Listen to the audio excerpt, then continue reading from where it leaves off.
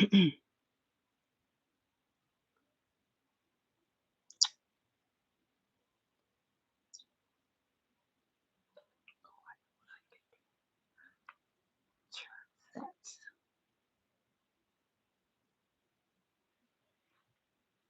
hello, hello, hello, hello.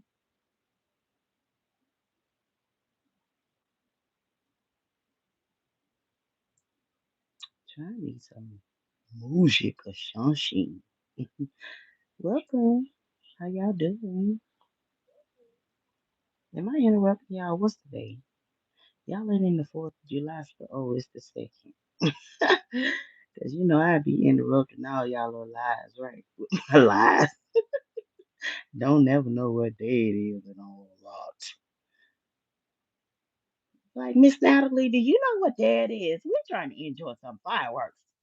Well, we'll just make this a lot our little sitcom, and because you be having all the fire, you be all up in the fireworks in the grand scheme of things. How y'all doing?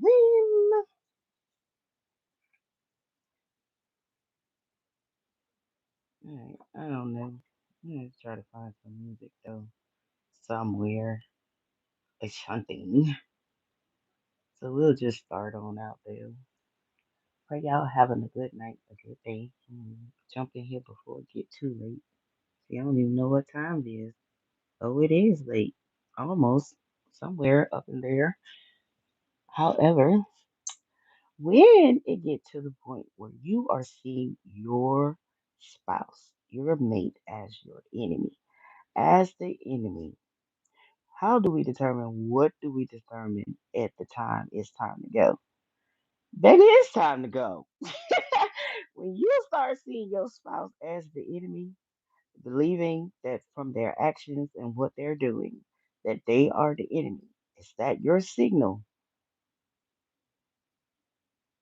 to cut the strings, the attachments, or whatever's going on? So we understand statistically there are a lot of things that are the driving forces, especially when it comes to marriage and divorce, relationships concerning people building together.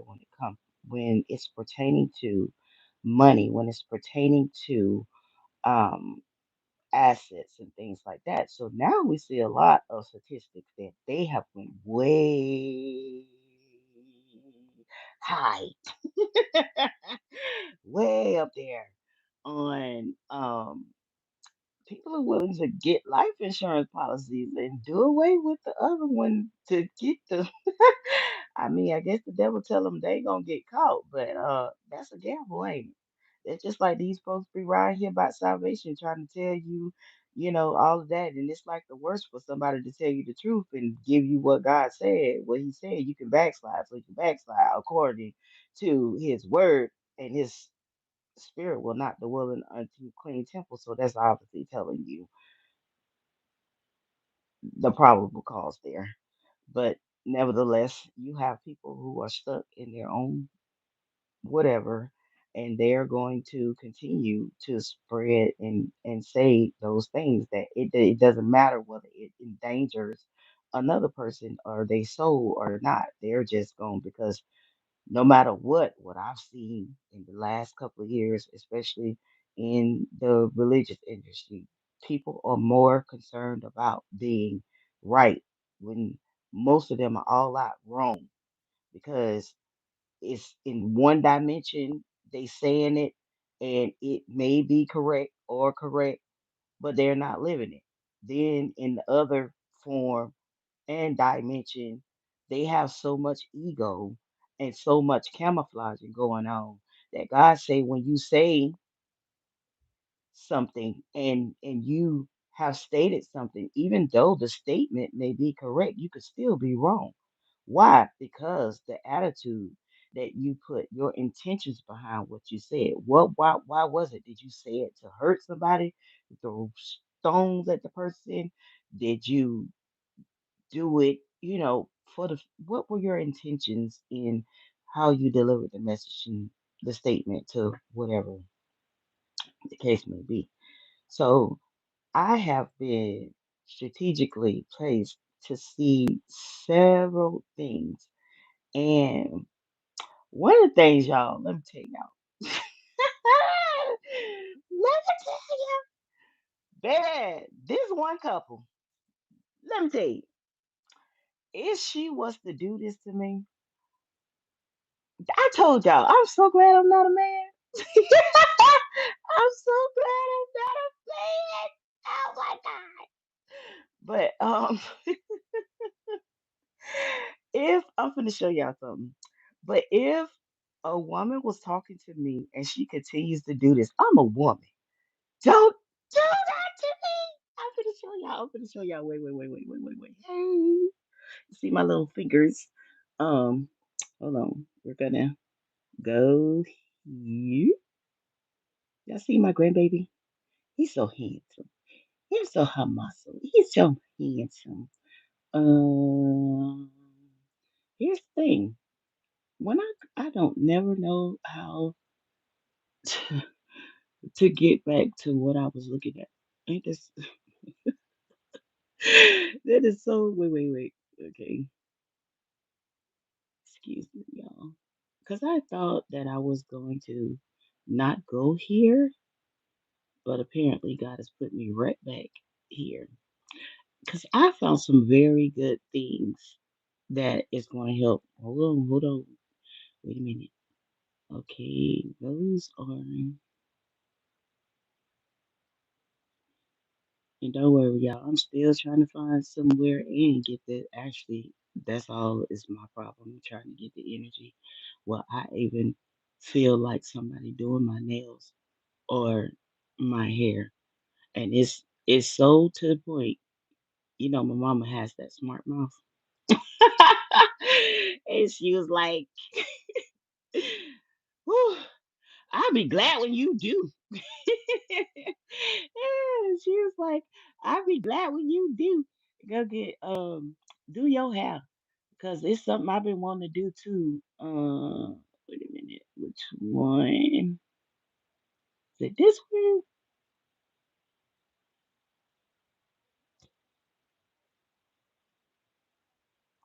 No. Oh, okay. So it's this one. The other oh, the other couple, hold on, that's a commercial, y'all. Y'all get so blessed here. You ain't gotta worry about commercials. But these folks is that's because they work for YouTube and stuff. I don't work for YouTube. Unfortunately. Fortunately. Hold on, you guys. Um, and let me just pause it for a minute. This is very interesting because a lot of us are, well, just let me just keep it at y'all. I be trying to keep me out of it because people be taking things way out of context. Nevertheless, people now most people now are looking at interracial I can't talk interrelation see interracial relationships. And there's a lot of things that come along with that. This is why you have to you have to become strong minded. If you concerned with everything somebody say and all that, y'all not gonna make it. Y'all, you have to society, I mean, whatever it is in life, you to deal with society, baby, you have to develop tough skin. If you don't, you're gonna fall up under that same mess under peer pressures and all these kind of things, and you're gonna be an unhappy camper. Why? Because you always trying to live with somebody, everybody else is dictating what confirmation, dictating how you should and who you should love and who you shouldn't and now we're not talking about the points where God say what He approves of, and I'll say that to this because folks like to throw off on me and they love whatever, and that's just family. And I am who I am, and I'm gonna be who I am until till doomsday. Okay, till the Lord call me back home, I'm gonna be just that, and I'm gonna still stick with the same way I said, baby. If you out here sleeping with another woman or another man, and that's the same sex you are, you going straight to hell, and I ain't pulling it back. Now, family, did you hear what I just said? I still love you. Talk to you later. Okay. So anyway, let's move on with this because baby, i- it's not me that you need approval from. You say you believe in God, so apparently his approval is the one that counts. So if you want to take the narrative of your homeboy, what his name is, Pac, Tupac, or whatever, only God can judge it. Let's see how this going. Because according to what I see in your life, social media show don't look like real life. So I done told you it ain't gonna never change, baby. You dealing with a real one. So when you ready to come face to face with me, you better have all your ducks in a row. So here we goes.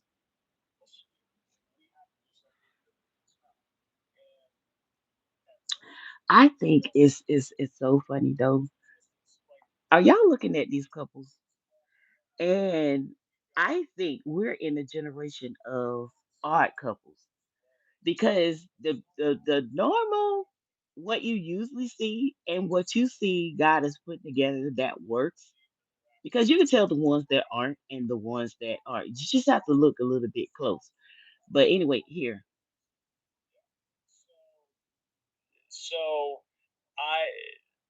um, I want y'all to watch her. This is sort of like they're having a conversation, which is it's a conversation what you would deem sort of like an argument and how to argue respectfully and the right way and not to. My only thing I just want you to that's the funny thing to me is they are two different. I mean, when I tell you they like night and day, you guys. And it's awesome because they both know this. You'll hear them say this. But this is the thing, and I send a shout out to them because they just started their page, and I noticed that when I did it before, they said that they were at 900, and now they have over what 2,000, 3,000 subscribers. Yeah, 3,000 subscribers now. Yay! See, that's me. I like to see people blessed. I like to see people make it. I'm not with all this crazy stuff. If you out here doing your thing and you sharing the real, I like this because it's raw and I'm pretty sure, well, I don't get the point. I don't get the feeling that they're faking it for the camera. It's nice to see couples who really get to the meat of the situation without. I know we have to have grace where it is where social media is concerned, but I'm just one of those. I'm not a fake it till you make it. So yeah, me and my husband go rather not we be on camera doing any of that. But um, nevertheless, no, we're gonna keep it raw, we're gonna keep it real. But I love the antics of this because it shows you that you don't have to yell to get your point across. And when you're in front of an audience, it does bring a new perspective and it kind of opens the door for you to see when you look back at the video where y'all have uh put publicly that when it's just between the two of you, things can be missed and go over each other's head because in this situation right here because it's he you could tell he really cares about her. Here's the situation because I can't play the whole video on here. You can go back and that's why I have the thing up there like that so you can go back to what is this their page Charles and somebody Z Charles and Z um and you can look at it for yourself. But I do like the debate that they're having, that they do keep respect. And I always watch men and their actions and their attitudes towards their wife. When you're going into relationships and stuff, one of the things that I'm going to put it up here, I'm just trying to get to it because God is just throwing me so much at one time. And I'm not going to speak very much on it, but I have some very exciting things happening behind the scenes. But anyway, um, I have just been quiet about it. Yes. And I this the way that it should be at this moment in time. But at the proper time I'm going to be able to share it with you. And it came so fast. because I mean this one, this opportunity, I was not expecting. And God is, He is just, I just have to give Him glory for a minute. He is just so good, you guys. And I was like so shocked. Oh, He told me to do something, and I did. I opened it up. I did what He said, and pre-adventure, He showed me what I should, the topics, what I should discuss, what I should do, and I believe the first week of me doing so, the opportunity just right there. So yes. But anyway, back to them. Um. Oh yeah. Also, my voice, my content on TikTok, it shot to like a I was trying to put a template up, you guys, and I had to fly back. It took me for a look, and I was like, "Oh my god, is that my voice?" I was like, "Oh my god!" I would never have thought that the here in the template, my voice and the whole thing with me preaching and stuff, because most of the people now and the things that they listen to and stuff like that, whatever. I'm just saying, just a little humble at it. I'm just a little humble, Natalie. You just have to, grace me with your love, honey. Grace me with your love. But it was so humbling, and I was just, y'all, if you could have seen my face and my expression, and I was like, whoa, TikTok does that. And God was like, of course. So I am so proud of where I am right now, and I'm just ecstatic. I'm astounded. Only thing it is with me showing up is I like for things to be in decent and order, as God said, and I want to bring the best. Bring that energy. And it's like I was just telling the person who reached out that for me, if it's something that I'm not going to commit to, I'm not going to give it my all. Even what, I don't care if it's a relationship, a business partnership, collaboration, or whatever.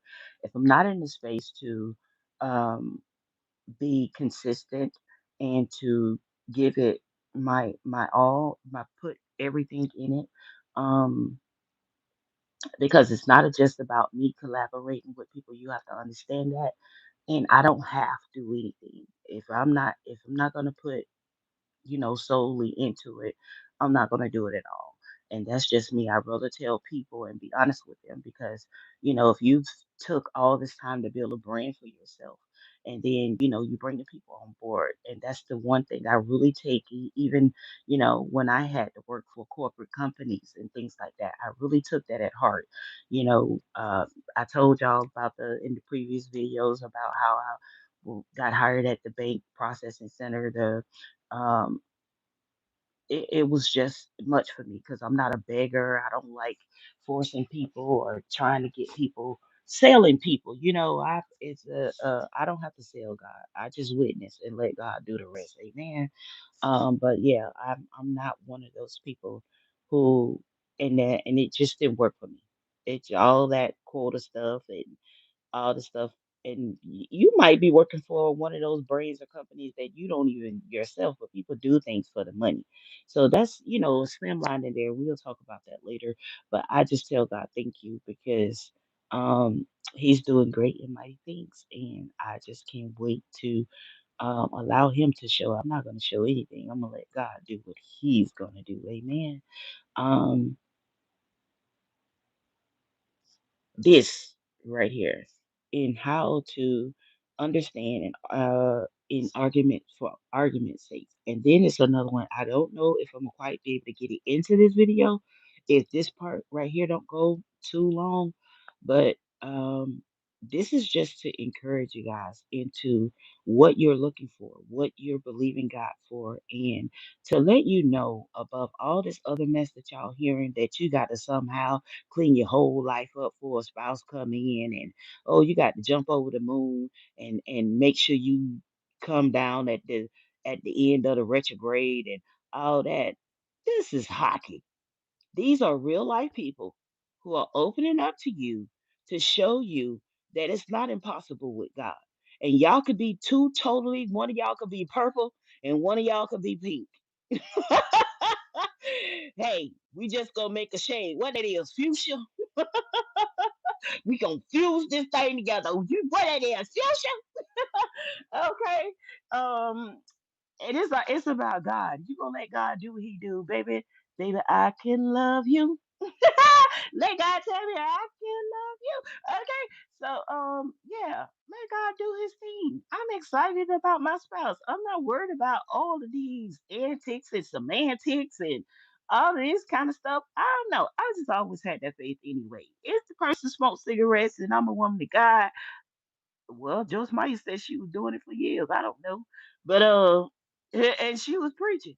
But nevertheless, I just believe that God know what needs to happen because in the New Testament it said if there's a believer that is married to an unbeliever, that God can save that one that is unsaved through that partner that they have. So um when it comes to being unequally yoked, which I would say I would not want to be unequally yoked, but equally yoked does not just mean you're black or white or you um necessarily about the church or whatever, because if it not, he wouldn't have never made that statement that he can save the other one by the one that's not saved. What the biblical process, even when I look back in the Old Testament, what he was revealing and he was saying, it was not for the intermingling of skin color.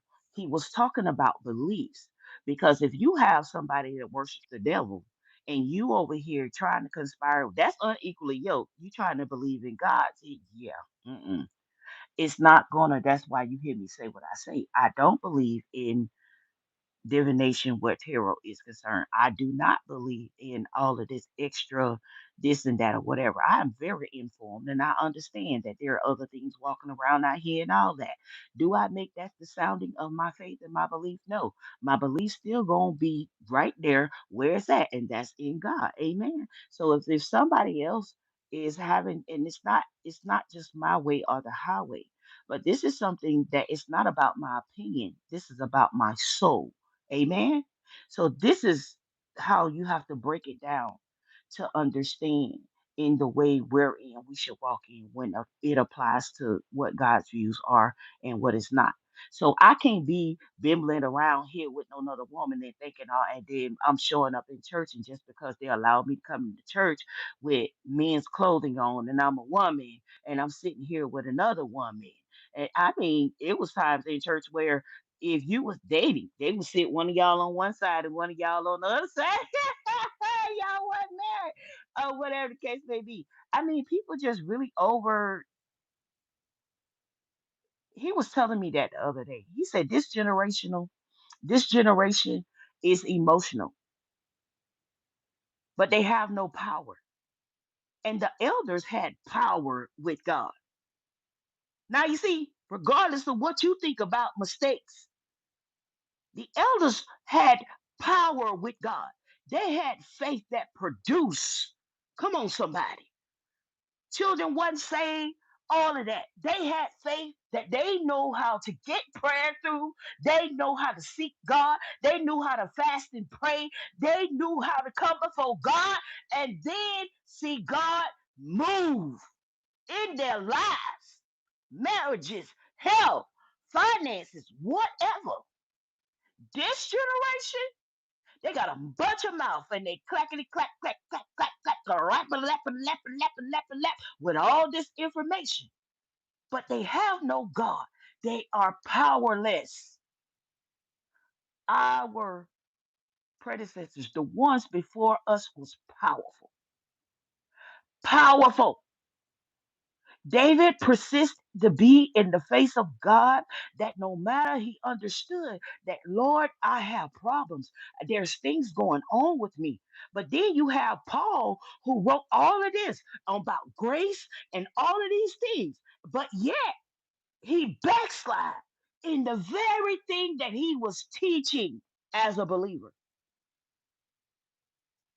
And you have the nerves to tell me that it does not matter to God after grace.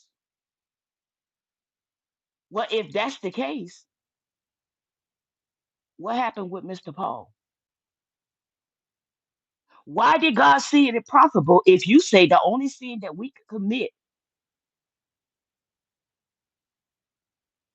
that could cause us to lose our salvation is to blaspheme against the Holy Spirit? And when you understand what it is to blaspheme against the Holy Spirit, because what Paul did was a disrespect to God in all forms. And this is why I tell you it's so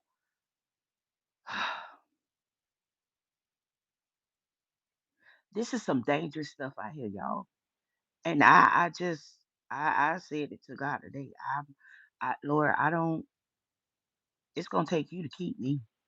Because if I had to depend on these people that I hear saying what they saying to people, I just might as well do like the sinners and be out here in the world. Just, yeah, I mean, I'd be tossed to and fro. I'd be probably mentally crazy because the things, and it's right there. It's so plain. It's right there. What God said, He don't hear their prayers. Right there, God said that it's an abomination. And right there, that He said, I'm just talking about all around in the things. But they go and they narrow it down to one little thing, and they toss grace upon it. And they try to behoove you like the snakes that they are. While you sit around and you flambe your tattoo and all that, God said your heart is far from me. So that's what I see. And that's what God's word is. Here, because I didn't want to get into all that. I just want to have fun with y'all for a minute. And I want y'all to show y'all some of this. If y'all hear me laugh, y'all know why I'm laughing. Because it to me, and I'm not saying, I ain't saying nothing. Because everybody pretty, they pretty. Y'all remember the last one? I could help but laugh at that girl because she kept asking her husband, did his mama, did his mama say she was pretty? Oh my God. But she put him in a she put him in a pickle because you can tell he was trying to be. But don't do that to your man. Don't do that. You can't accept the truth. Don't do that to him. He was trying to hold on to it, but you can tell his mama said we got that from. Anyway, she said, I just have to be honest. Some people so ugly. They is pretty. Just have to be real. But anyway, because we all beautiful in our own way, okay? So don't. I'm just laughing. I'm just. But I ain't gonna lie. Every time she asked that man, was she pretty? I just go to pieces. But here, I want you to hear them in this argument that they having. Wait a minute. Um. Wait. I gotta make sure that this is the right video because I don't want it to get in the way of the one I really want. And I said, "Oh, it's that lady so and so." I had told her No, about some this of the not other this one. people, Not this in one. general, like what type of people they are and how many dates we've been on. So I had told her some of that information. Here's the funny thing. Um, about the two of them. Wait, you guys.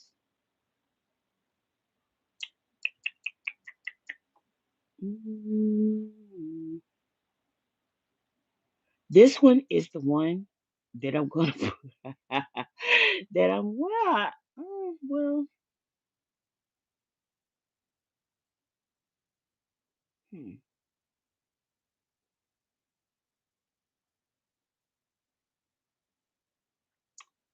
Um, I'll go ahead. Yeah, yeah. Okay. And I also told her that like this one particular person was crazy, and I didn't really want to have anything to do with them.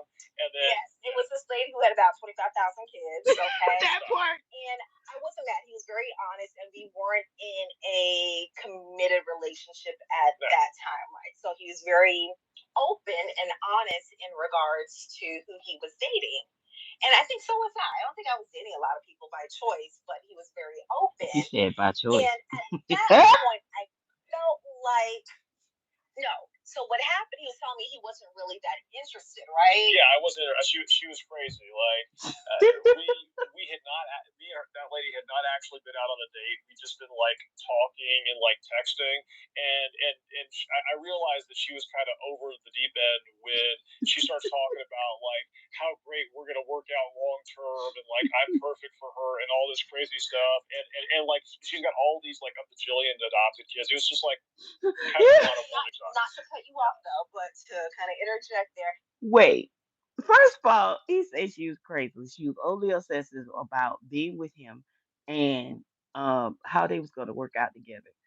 Not only did she said she's the lady with the 25,000, the 25,000 kids, but he just said she just had she got like a gazillion kids.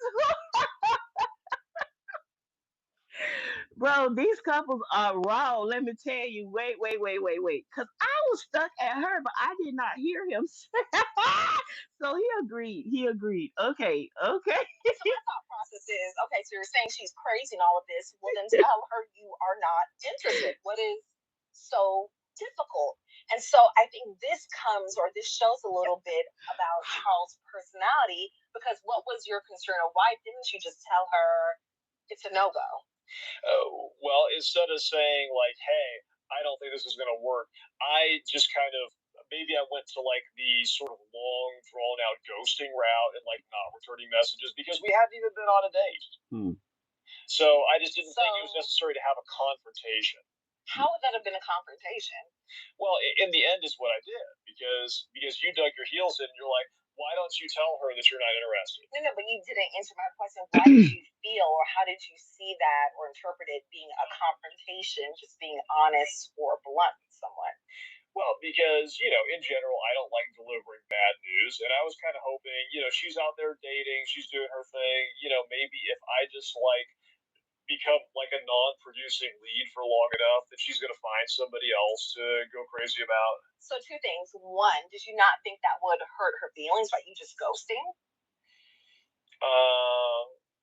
Maybe I was kind of hoping her feelings would change. Okay. And then two, at that point, you knew that you had a good thing, right? Yeah. Okay, so if you knew you had a good thing, did y'all see her expression when she said that? She put her hands to her chest. This is how I'm teaching some of y'all men how you look at your women. And y'all need to pay attention. When she talking to you, them hands, she's expressive. She's very expressive. I think she's from the islands as well. And I've been paying her attention the whole time I've been watching them. And that's what is tickling to me because he is like a Raymond. You know, like everybody loves Raymond. And he is, oh my God. She is like a white Deborah. I mean, a black Deborah. So it's funny to see the two of them in a heated conversation. But here's this thing, watch her. This would drive me crazy in a relationship. That when she gets a point across, she always reaches over. I think that's her way of reassuring him, even if she's feeling a little more aggressive about the situation, but to try to maintain a balance of calmness. Whereas him, because one thing I've learned about him and hearing him speak, that when when he says something, yeah, he's gonna stick to that. Which I can say I like about him.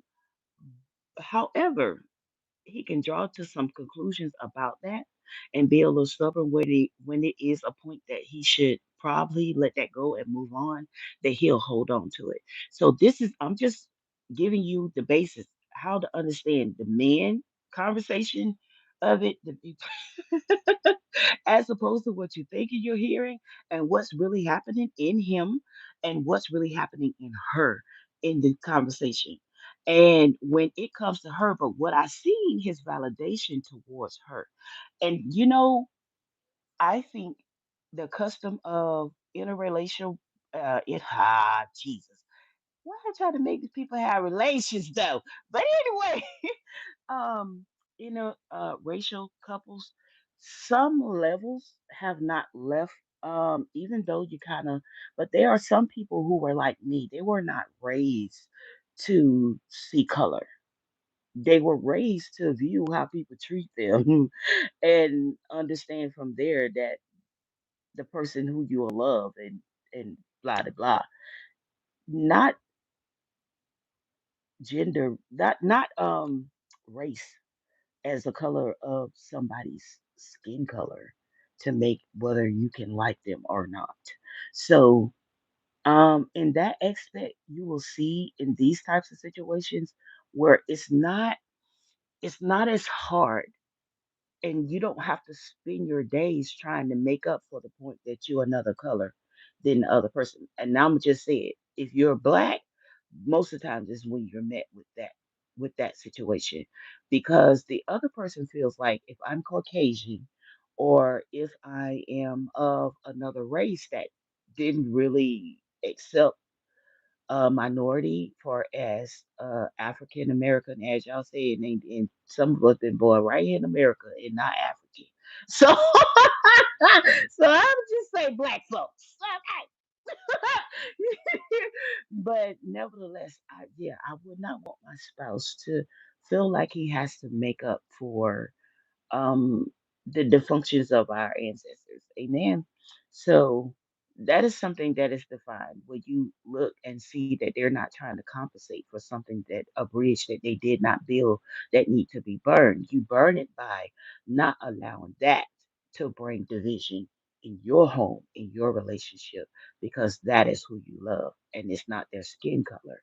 It's the core being of who they are and what they mean to you. That's love. Out of respect, I mean, I get it, right? I mean, we've never been You on see a what date. she's doing? We've just been chit chatting. No. But for me, though, you dated me, though. Your term, I love. Yeah. And I'm saying you knew at that time because we did this trip, and Yeah. out of respect for me, why wouldn't you just let her know? Who cares what her feelings were? You're being honest, right? But I hadn't responded to her in like weeks. So was that the appropriate way to go about things? Boeing backs America.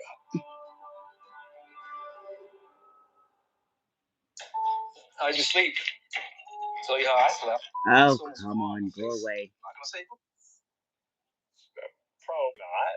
And see, I think this gives a really good representation of Charles' demeanor, because I think part of him, he doesn't want. I feel part of you didn't want to hurt her feelings, right? Sure. And so I feel like sometimes he used the word confrontation, but that's not necessarily a correct word to use.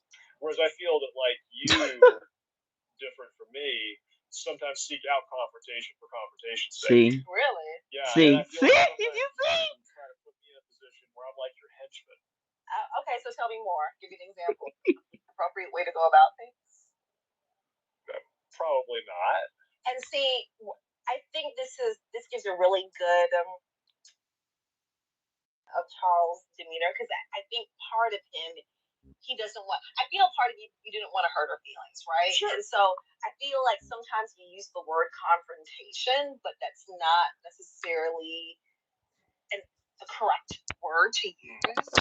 Whereas I feel that like you, different from me, sometimes seek out confrontation for confrontation's sake. Really? Yeah, and I feel like sometimes you try to put me in a position where I'm like your henchman. Okay, so tell me more. Give me an example of that. Give you an example of that? Yes. Okay, I'm trying to think of a specific situation where that's happened, but frequently you'd be like, I don't like this, and why don't you call them and say something about it? So to close that whole situation with the She lady said with to close 25,000 it. kids, in that situation, I was already over it. no, I know, but in that situation, I think it's more important to be honest. And if I'm serious about you, respecting your feelings, I would have no problem telling that individual in a nice way, not to be rude, that, hey, I'm just not interested, right? And I get it. I don't want to hurt anyone's feelings. And some people get more attached very quickly. But I think it's better to be honest in a tactful way from early on. But let me give you another instance of where our personalities differ a little bit. So, as you guys know, we were selling our home. We sold it. Yay! We did. More about that later. It's been a struggle, okay, to transition. That's also why I'm looking a little rough because I can't find my razor. Watch what she do. Your roughness, though.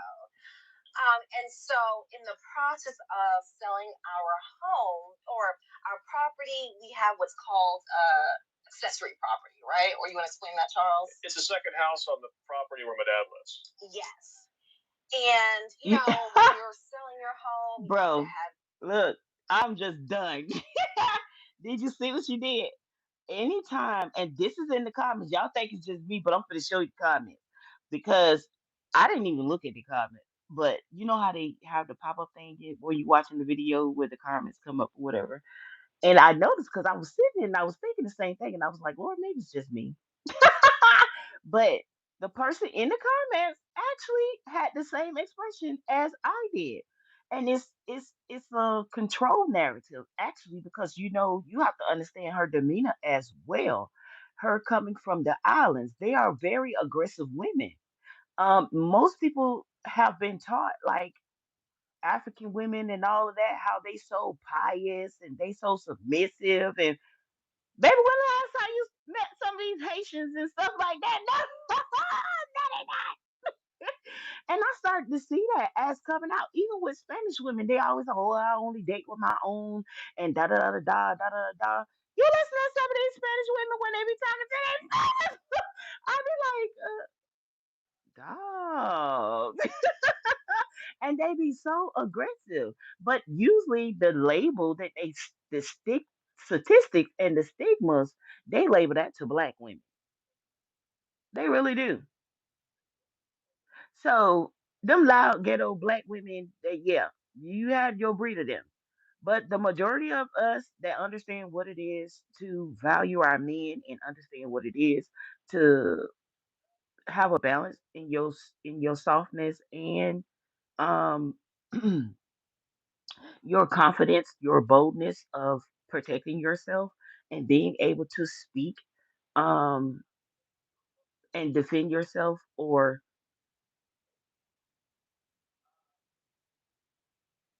to let people know that you mean business, that's a different process. You know what I mean? And people just take what one person do and they just plant it to the whole. You know what I mean? So anyway, we ain't going back to that. You know what I mean? Y'all remember that? I guess the topic was the similar or different personalities from your spouse or partner. And look, the Lord jumped to this because I actually did come into the actually what I said is stated up front. That was the topic, and he just shifted. But it said finally just friendly suggestion. Z, please try hard. Let me show you. Now, can I read it from behind the screen? It says, friendly suggestion Z, please try hard to allow Charles to state and finish his thoughts. Now, you see what I mean? When she wants to cut him off, she has a way of, she's learned communication and a communication style. And that honey, if you're listening, you would drive me nuts. Why don't do that to me? The touching. Now, if I'm angry and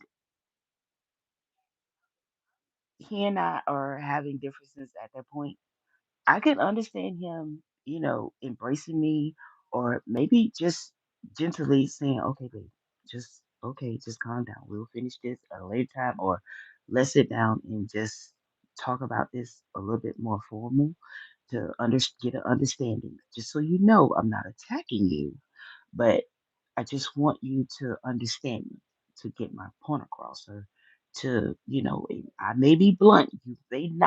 It may not go that well with you, but to understand. But if he keeps interjecting me like that and no, that's not subtle control for me. Okay. No, no, don't do that. I'd rather you stay over there because if you keep touching me like that, That's where the problem come in. Don't do that. And I just noticed that from the first time I seen it, she just kept doing that. And baby, I love you. I love you. Shout out to y'all. Shout out to y'all. But this is just a little narrative here. No, where am I? Okay. We just read that one. I can't see that. Okay, hubby is a peacemaker, kind of goes with the flow, whereas you are more direct, not afraid of confrontation. I think that there is a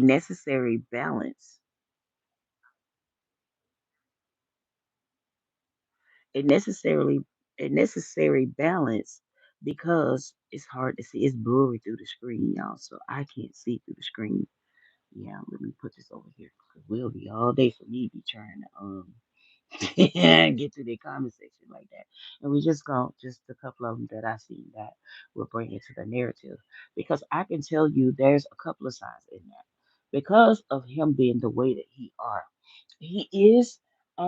It's not that it's not a good thing, but you do have to understand the narrative that she's coming from, but also is a hidden narrative that he may not see within her because she's stating at the point that they were talking stage. They were getting to know one another stage. She was already like that's my man, take your hands off. So it's funny that to pursue him or he pursuing her, whatever you want to put it. On her end, she allowed him, or well, not allowed him because she didn't control him, but she allowed the situation, the scenario of him still being open to talk to other women and things like that. So that brings a challenge because at this point, she's looking at the other woman and how that woman and how she's responding. But underhandedly, she is saying it that way because she already called dibs on this man.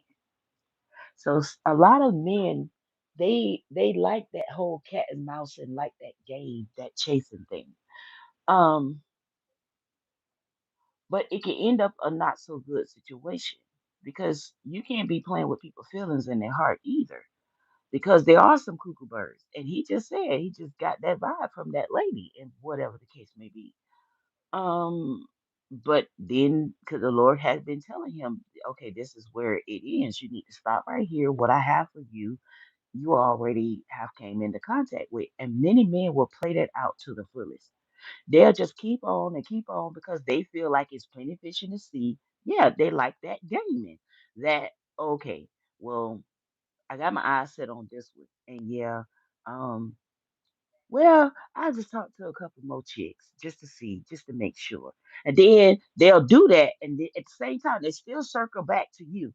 And that's why you have to be aware of who it is that you date. Because in that scenario, you need to come face to face with him and let him know, see, I see what you're doing and I see what you're up to, but they ain't going to fly here.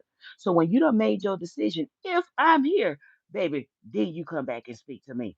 Because other than that, no. I'm not your secondhand chick. I'm not your meantime, in between time chick, and I can't figure it out right now. Whatever. Well, you go figure yourself out because I got me figured out. And I'm not gonna allow you to play that cat and mouse game with me, pulling my heartstrings, talking what if and maybe and all this kind of stuff. And I'm not playing tug of war with you while you over there in the hands and arms and in the bed and all that stuff with other women and all that. If you can't flow my flow, you can't understand that where I'm at, and even being celibate and all that. Look here, bro, you got your flesh up under subjective. Don't think I'm finna be sitting up here dating you a year, 2 years, and all that kind of stuff. And you know that you want to be humping the ground or whatever. That flopped back in the days when I didn't know no better. Now that I know better, I do better. So whatever it is, if you don't believe, if you don't align, if you don't whatever, and that's the thing about being on the same page, being honest, forthcoming, and being truthful. If you know that there's something that you can't handle, and when you look at it biblically, even so, that is why God did the way did things the way he did. There was no courting and dating in that process because he know your flesh is gonna, especially if you've been watching somebody, you've been trying to for, and you've been used to doing the do and getting around town or whatever. That's why I didn't like about the dating site because in Florida, where I was in Florida, I started to see I picked that up really fast. And I was like, oh no, I don't like this. I don't like this. Because then it was too many. And when I got on the dating site, it was overwhelming. Um Within 3 hours of me on there, I already had more than in 2,000 people. And then it was and when I saw it, it was not like some hype session for me. It was overwhelming. And to deliberate between all of them to see who would I give an opportunity, a chance to, or even be open to giving a date to them. And some of them were so, oh my God, y'all. No, no, no, no, no, no, no. It's one man. He was talking so smooth, y'all. But if I tell y'all, oh my gosh, I had a picture of the man. He sent me a picture, y'all. And he looked like something straight out of 1960 or 19. The dude with the hat and the bell bottoms and the whatever. And oh my God, I did not tell you, but I was crying. You hear me? I was crying. I was like, God, you gotta be serious. You cannot be serious. But y'all, he was so smooth. He was like, he stood in front of his house with his car. Y'all, wait a minute, wait. He had on this get up. It was like purple in colors. Like Pops on Friday. And I was sitting up there like, you have gotta be kidding me. You know that man that say, um, no, that dance everybody doing. No food, no something. You know the man with the hijack pants around his waist. And I was like, Cat Daddy, you would be fine, but like, bro, at this point, cause I couldn't even if he had met me on a date like that, y'all probably would have been big. Y'all probably would have been reading about me on the front line of the news. It would have been it's just traumatizing for him because I couldn't have took him seriously. And I'm telling you, I'm not a rude person and all that. I'll try to keep all that to myself, just not to hurt somebody's feelings. But if you don't challenge me, because I will laugh. I will laugh. You think I'm laughing at something else, but I will laugh. I'm sorry. But here, this is posing a challenge right here. And I love it that when they finally get married and they open up about how they met and how the things that you can go back in the video and you can see that were there and that posed a challenge to y'all at a time when y'all didn't think so. If I come across that picture, I am going to show y'all because this man, y'all, oh my God, and the car and the house look just like him. No, it's so bad. Let me go. This is crazy. I don't know where else was I saying. Oh, yeah. It's like I said, pay attention to her gestures and what he said about her. But I think it's the video before this one, and I think that's what I'm gonna have to circle back to because that's the one I actually wanted to. But this was the funny one because she said he was talking to a lady that 2,500 children, and I just went to pieces. But to see that he said she had, so anyways, and here's the funny thing, you guys, that all of the couples who have last so many years that I have viewed, even these last couple of years, that's influences what I have saw.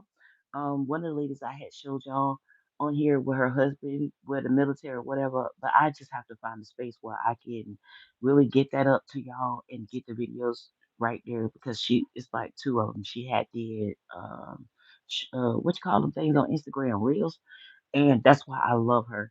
She's like Mexican and something, and her husband is, but he's a Navy. I think he's in the Navy, something like that. And he has a very prominent, powerful, very prominent position in all of that. But baby, it just take the Latino to break it down to you. Boom! She was like, "Get up off my man." What? Huh? What? I mean, y'all just got it. I love her personality. Her is so fiery, and I just love it. But she was on the real. But she was like, they almost missed the opportunity with one another because of something that she did. And she was like, it's kind of like what Fantasia said when it came to her and her husband. But she was like, I got to get my man back, But she said that the opportunity had came up, and it was something that she had did that almost caused them not to be married, because first of all, and this is what I'm talking about, y'all, he was involved with somebody else, and uh, things will happen. So when I look at them, I think where she won the prize is it's because he don't play by his children. I saw that. So he's not the typical man that would be looking at and eyeballing other women and just saying, "Well, I could probably get away with it. I travel and da da da." It's encouraged sometimes in the military that they do that, and stuff like that. But with him, you could see it. And this time, when they just, with Trump being in office, that they had sent him off to um, overseas or whatnot, when he came back, you can tell the shift that was in him that caused him as a man to contemplate everything. And when he went and picked they went and picked their babies up from school. The way they grabbed their father around his legs, and they held on to their father, and he could not hold back the tears, and he grabbed him, and he just, oh my God, he just, and she was recording it, and she just went to crying, and she was like, "This is why I love my husband so much. He's such a good man." But she was like, "I drive him crazy." I love it. And but you never hear him saying things. You never hear him saying bad things about her or whatever. She's more of the one that be on camera anyway. I don't think he liked the camera very much. But he doesn't, you can't really tell. She just record him sometimes, like when he's being a father and he's, playing with the kids, he's building things or something like that or whatever. But he's not really the one with that camera stuff. So I really like, she respects that, but she still gets, she does things that get on his nerves. And it is so funny because his reaction, but we'll show that on another time.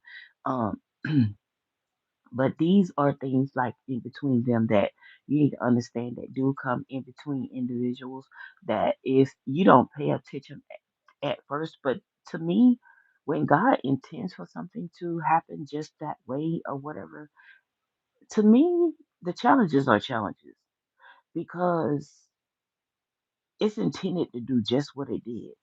So if it pulls y'all apart instead of drawing y'all closer, then there's your answer. Because when God do a things, he does it for a purpose. He don't have time to be wasting. Well, he don't be, wasting. Yeah, all that kind of stuff. So if you look at it in that perspective, it brings a new narrative. It bridges the gap in between us and the division of it. So anyway, I think they're closing up on this. We're not watching the whole It video. smelling good and, top shape, of course. But, we ended up with a little bit of a snafu. You want to See, kind of explain that? Yeah. So okay, the this has heck is been a something snafu. that I've dealt with for 40 years. Hmm. So my dad, bless his heart, likes smoking cigars, And the house that I lived in with him, growing up, my parents are divorced and I live with my dad.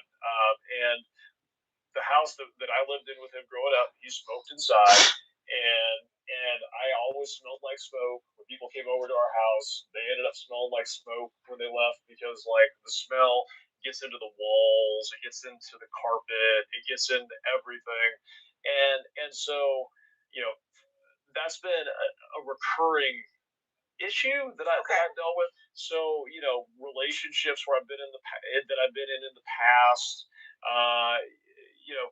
My dad always like, oh, bring so and so over to the house. But then, like, when they come over to the house, there's the smell, and they're always like, I don't want to go back to your dad's house. That's horrendous. And I so, agree. I've always ended up being caught in the middle of those things because being a good son, I've got to see my dad. And he wants to be a good host or whatever. And So what but then there's the happened? smell. But let See, me go on about it. So you see, I love it because this is the one time. This is what I'm talking about. That men are so engulfed in. If I interject to say, no, allow me to finish what I have to say. Because you see how every time she will tap him, she will lay hands on him, and she would like that means okay, move on.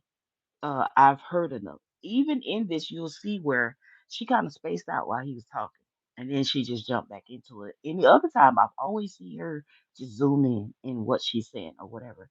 But in the previous video, you'll see how he validates her, even when it came to his children, because I believe they're at the point now that their children are getting older, and the pre him is that his wife died and he met her. He's holding, and I'm just telling you before we even get to the other video, he's holding things that she has no knowledge of. The Lord show just opened it up to me when they were talking, and he over validates her, and she loves it. But she tried to you know how people have that false, it's not a false sense of pride. I mean, humbleness that she has, but she's very cautious and she does understand where those boundaries are. And they're in a, as she said, a very uh not that's abnormal. It's not, that's not the word. It's how you put it. Yeah, it's sensitive, but yet it's also something when you bring the kids into it. Because here's the thing, they have a baby together, okay? But he has, let me get this right, two or three kids that was from his previous marriage, but his wife passed away.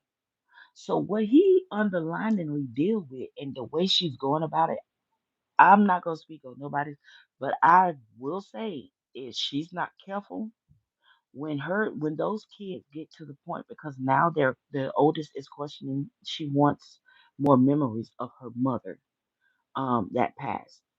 And she's not interjecting and saying that no, you're black and you're not my mom and da da da da this and that.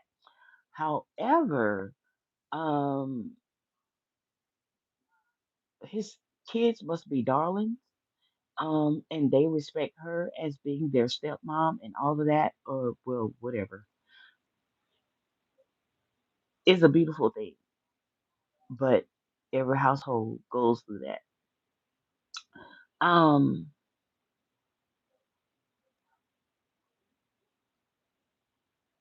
he said something in the previous video, and when I looked at him and his expression, and it's just the point, him, it's not even about him being on camera.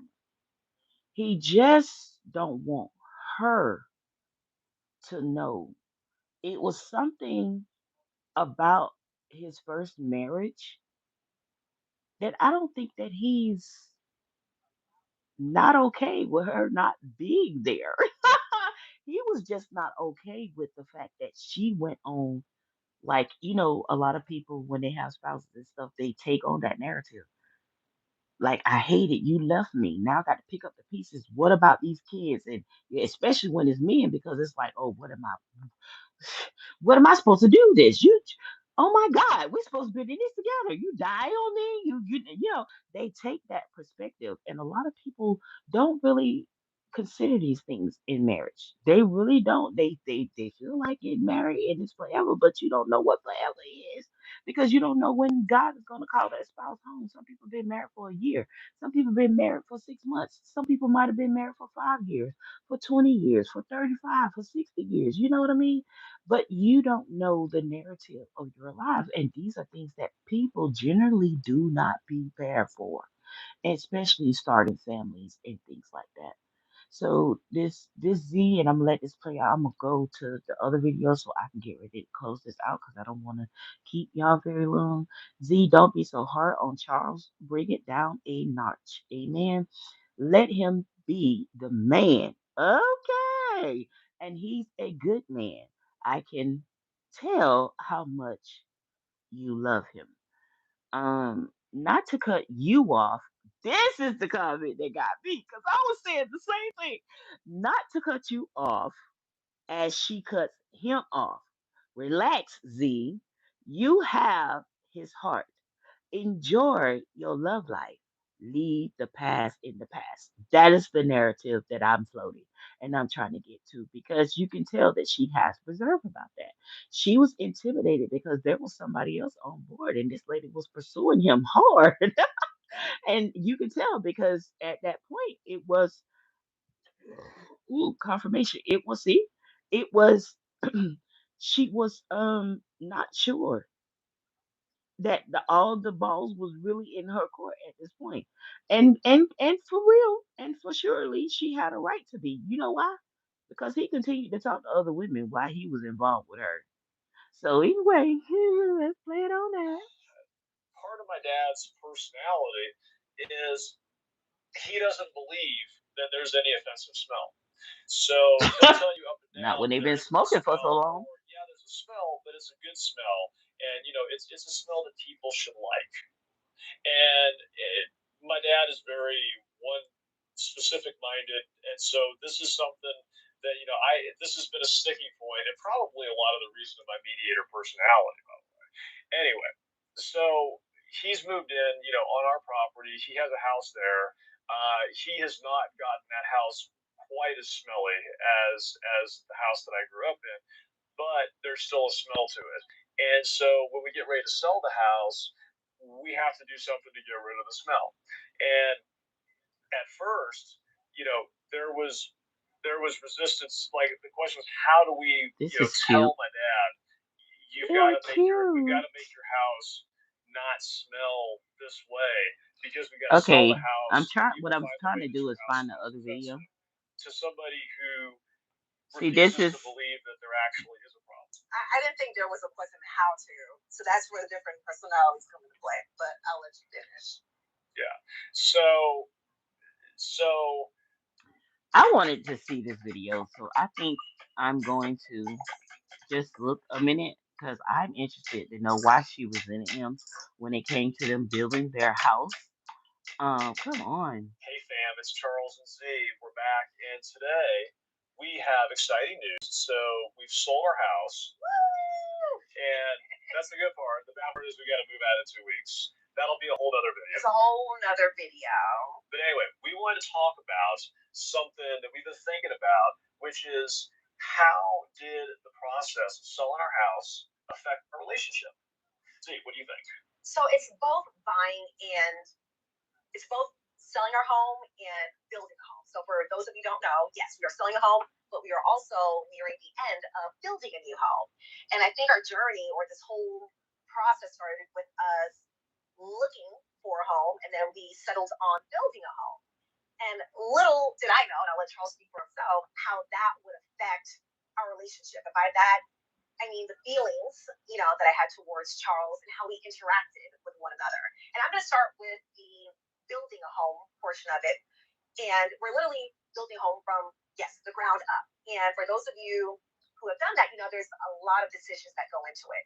And when I say decisions, you're literally choosing every nail, every countertop, flooring, glass. But I low key resented him a little bit. I'm like, we're in this process together. Flooring colors and what type of hardware and layouts, and it was just decision after decision. And it came to a point where I don't know if Charles felt this or if he knew this, but I low key resented him a little bit. I'm like, we're in this process together. You are an active participant. You should be with helping me make these choices, right? And they're not cheap choices. Kitchen cabinets are not cheap. Flooring is not cheap. And so there was, for a few months, I would say, where I just was, can you please help me? Like, you're going to be living in this home also. I don't know. How do you feel? That was my feelings. So I knew you resented me. You did have to know. I like him in a way. And I would give you my input, and then I could tell there was just something lacking, like you were waiting for me to say more.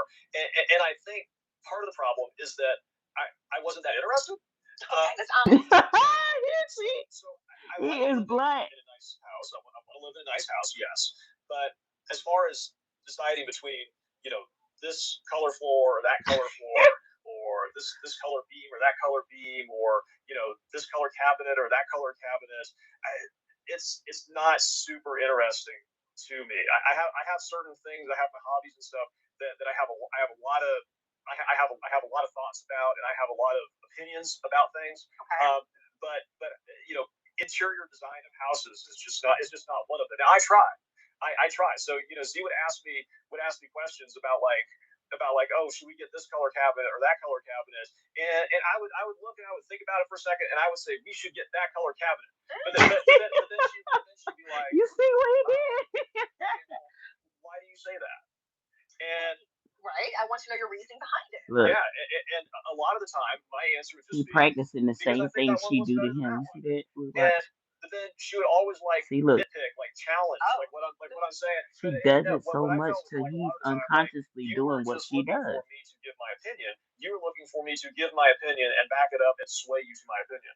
And not necessarily sway, but I want to make sure that you She were wanted to see holding him take firm charge. on Yeah. that opinion. And I wasn't trying to be contrarian, but I was curious on the why, right? So why do you like it? Do you like it because it complements the flooring or the walls, or does it make the space look larger? And I understand that the interior design is not your forte, right? But I feel like, Your for input example, being respected. there was a point a few weeks ago now, we walked into our new build home, right? And the kitchen cabinets were up. And we chose the green color. And initially, and Z was freaking out because like before they got the lights on inside in the dark, the cabinets looked blue, and she wanted to rip them all out. You did too, though. But you were freaking out. You're like, should we tear them out? Should we tear them out? And I was just trying to like show you how absurd you're being. I'm like, yeah, we should rip them all out. Exactly. And I agreed with you, and I was encouraging you because, and then all of a sudden you start talking about like, whoa, like oh, that's a lot of money. Maybe we shouldn't rip them out. My point being, though, You can tell they've been together for a minute. This, but I kind of felt a little resentful with them because I agonized over it, and I felt like it was such an expensive choice, right? Yes, could we have without the cabinets? We could, but that would be so much money down the drain, and I felt like it all rested, like all these expensive decisions rested on me. Granted, how did the cabinet great. Okay, we got our hardware. I see the vision. I'm happy now, but it's those. Figure that out. She's really interested in that, and I'll make sure that we've got the finance part taken care of. Okay. And so that was what I was primarily keeping track of. Now you get it. This is what I be saying. Because for him, what it is to you as far as decorating, these some of the little challenges. And for me, y'all, I'm just to tell y'all now, y'all better hope we don't have to do no TV stuff like this. Because y'all would surely be laughing at me, and my husband probably be laughing at me too. Like I just have to laugh because she get on my nerves. But in this situation, it would be so awkward for me. It would be. I'm telling you, that first argument, that first fight for me, it is. It is. And I got a feeling I probably have that type of husband who gonna test that for real, just to see my reaction to if he disagrees with something. just to see how I'm going to react to him, just so he can underhandedly sit there and smirk up under it. I just knew it. I just would he get the reaction that he's actually looking for? So with me, and I think so. I don't know. For me, I think a relationship with me in those times are cute because I'm just goofy. Not goofy like, but you know, it's not like I take everything as I learned not to take things so serious, you know, and putting everything in its perspective place, and understand what it is for him to tap into his feelings for as learning himself as a man as well, especially getting to know your other half. Um or whatever it's a lot. So I think just like them, even in the heat of the moment, they learn how to laugh and laugh at each other's responses. I think that is very positive and that is very um when it comes to keeping things together. Because one thing I learned about Christy and the Scots or whatever their names are, I was thinking about that, and I'm not gonna say too much about Christy or whatever, but she has really been on my heart lately, and I'm really praying for her because there's some things that I see, and I really don't want that from her. But everybody has to live their own. I'm not here to I don't be in nobody business and stuff, but she's like baby girl for me. I really um am rooting for her. That's all I'm gonna say about it. But nevertheless, whereas her whole comment section used to be, is she gonna keep you laughing until when y'all get old and da. And then look what happened. You see what I mean? Um, People have a way of because with all that she was doing, he was not happy. He had this iconic laugh and all that, but what's really happening when you see the whole time, like the majority of the time, he wasn't even happy. And then to see now all these brands and all this stuff picking him up, what's really happening? You said that was too much for you, or is it just the way she was handling things as far as the jokes and the things that she did, and stuff like that get tiresome to him because obviously he's not afraid of the limelight because he's understanding what it is to make money now and he's coming out on his own. Although you can see the difference that he seems to be much happier, and I'm not going to say because I see at times he does miss her, but that's to be understood because they have been together since they were like 14 and all that stuff. So it's a lot. People just be in the comment section with all this stuff up on the people comment section and stuff, but they really don't have a clue. You know what I mean? So anyway, let me go on with this. Um, Here's the thing. I'm still not sure. Um, there's a video before this one. Let's just go here. I have to. Make it cold. With AC Pro, Oh, anyone can recharge their car's AC. oh, come on. Go off already. I hate YouTube with these commercials.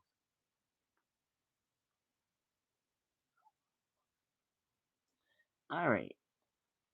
These two lovelies here, I just came across them today. And don't get mad at me because I didn't even listen to the thing. And I'm not going to put it all the way here. But I think it's very interesting. Different because it's going to look different. It's I going to look. thought it was very interesting. It caught my attention because we do talk about that here. And they are the ages of 37 and 35. And what really caught my attention, the little portion that I hid, just looking at the two of them, didn't seem she doesn't look like she has kids already.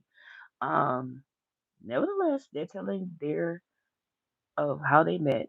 And by the way, let's see, we can see it over here.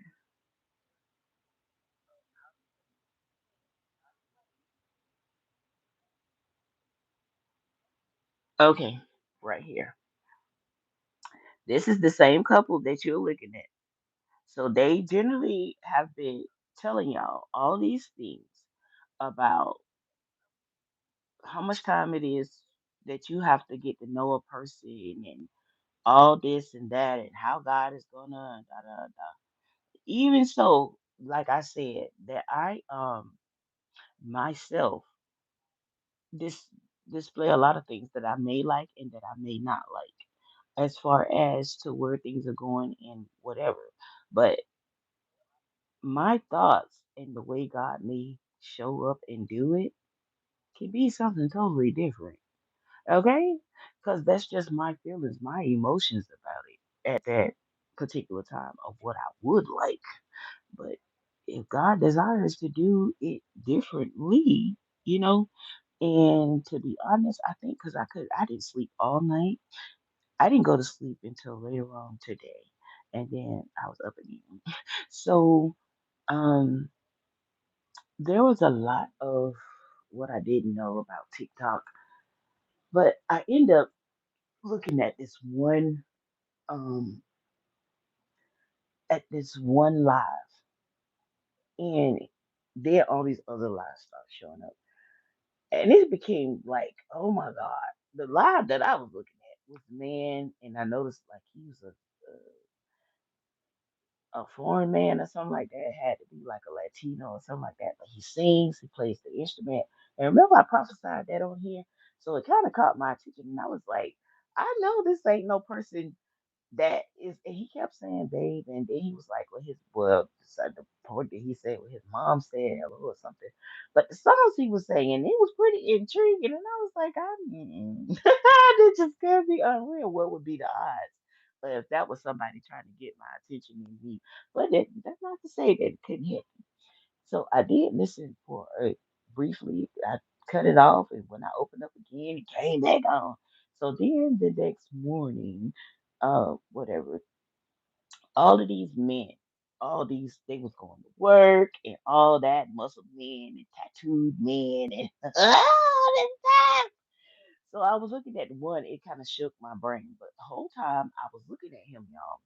Here is the catch 22 that I saw was um I kept looking at him and I said, he is not straight. He ain't straight. So I was like, I don't know who he think he fooling, but muscles and whatever else. And he's a nice looking guy, but I knew something in the milk wasn't clean.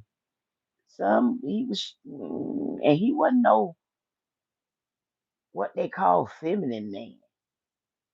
Anyway, whatever that is. But um, the lady messed around and said something, y'all. And baby, if I could have did cartwheels, I would have. He said the confirmation to what I was thinking about him.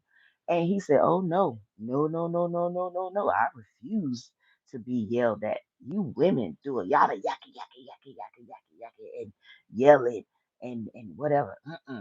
I'd rather to have what he said, Adam or somebody. Oh my God.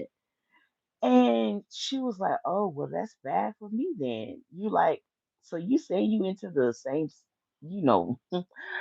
And I was just like, "Oh, am loving G."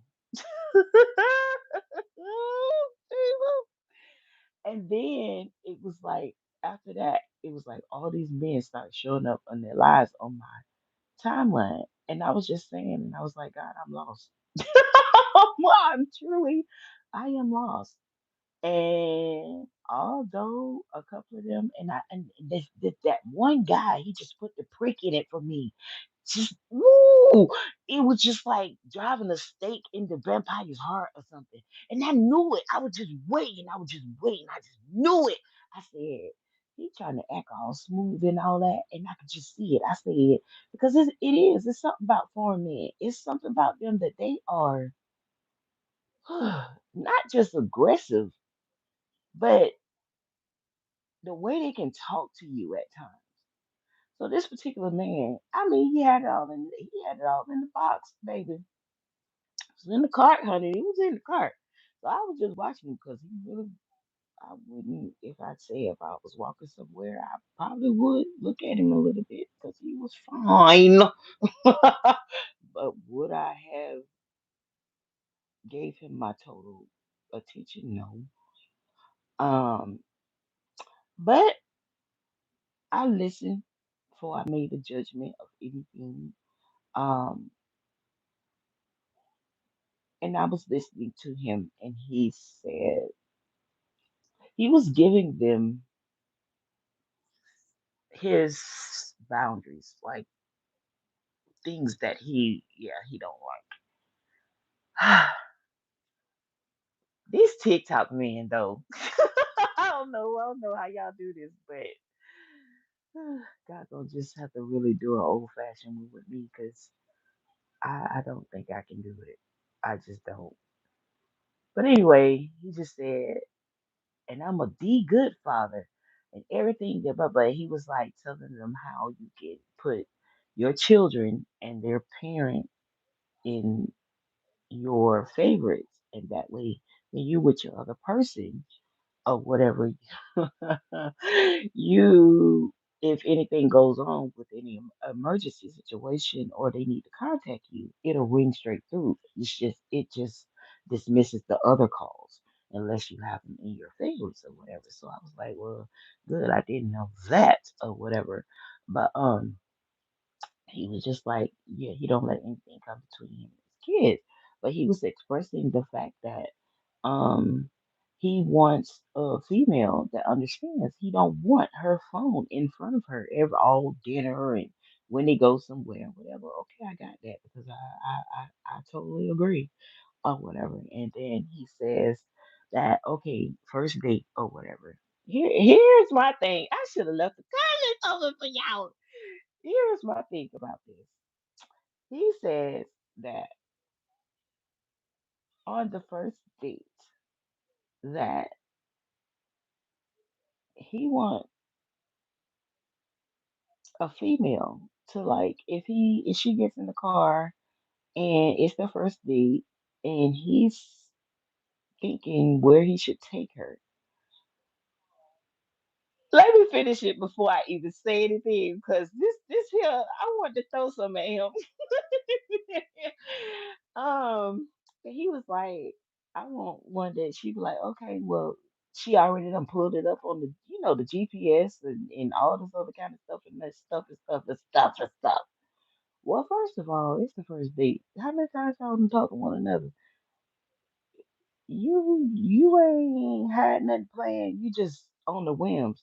First date. You first of all, did you even have me dressed for the occasion? Like my daughter did me on my birthday and all the I was dressed wrong for everything we went to. The last outfit should have been for this one. And the other one, I went to pottery in a full fledged, I mean, heels, pottery. What? All this clay stuff. We just went and got my nails done. Everything. Y'all, a hat. All this. And she talk about sipping paint. But sipping paint, all this clay finna be in my nails. And I have on a black ensemble, honey. And I'm just like, she's gotta be kidding me. And by the time they were through with the sipping, the drawing, and the crackings, y'all, when that happened open in the state we were in, but Popeyes. Oh my god! So I was just like, it's only my firstborn, y'all. Only my firstborn. But me and her just had so much fun in the drive or whatever, and I'm easy to please. I'm not. I mean, if we had a went out for hot dogs, I would have been happy. Okay, just or whatever.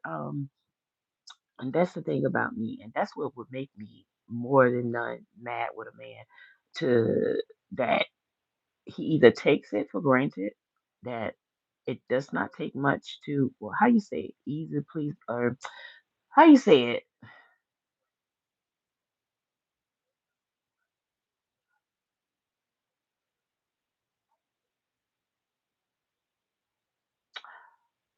Um,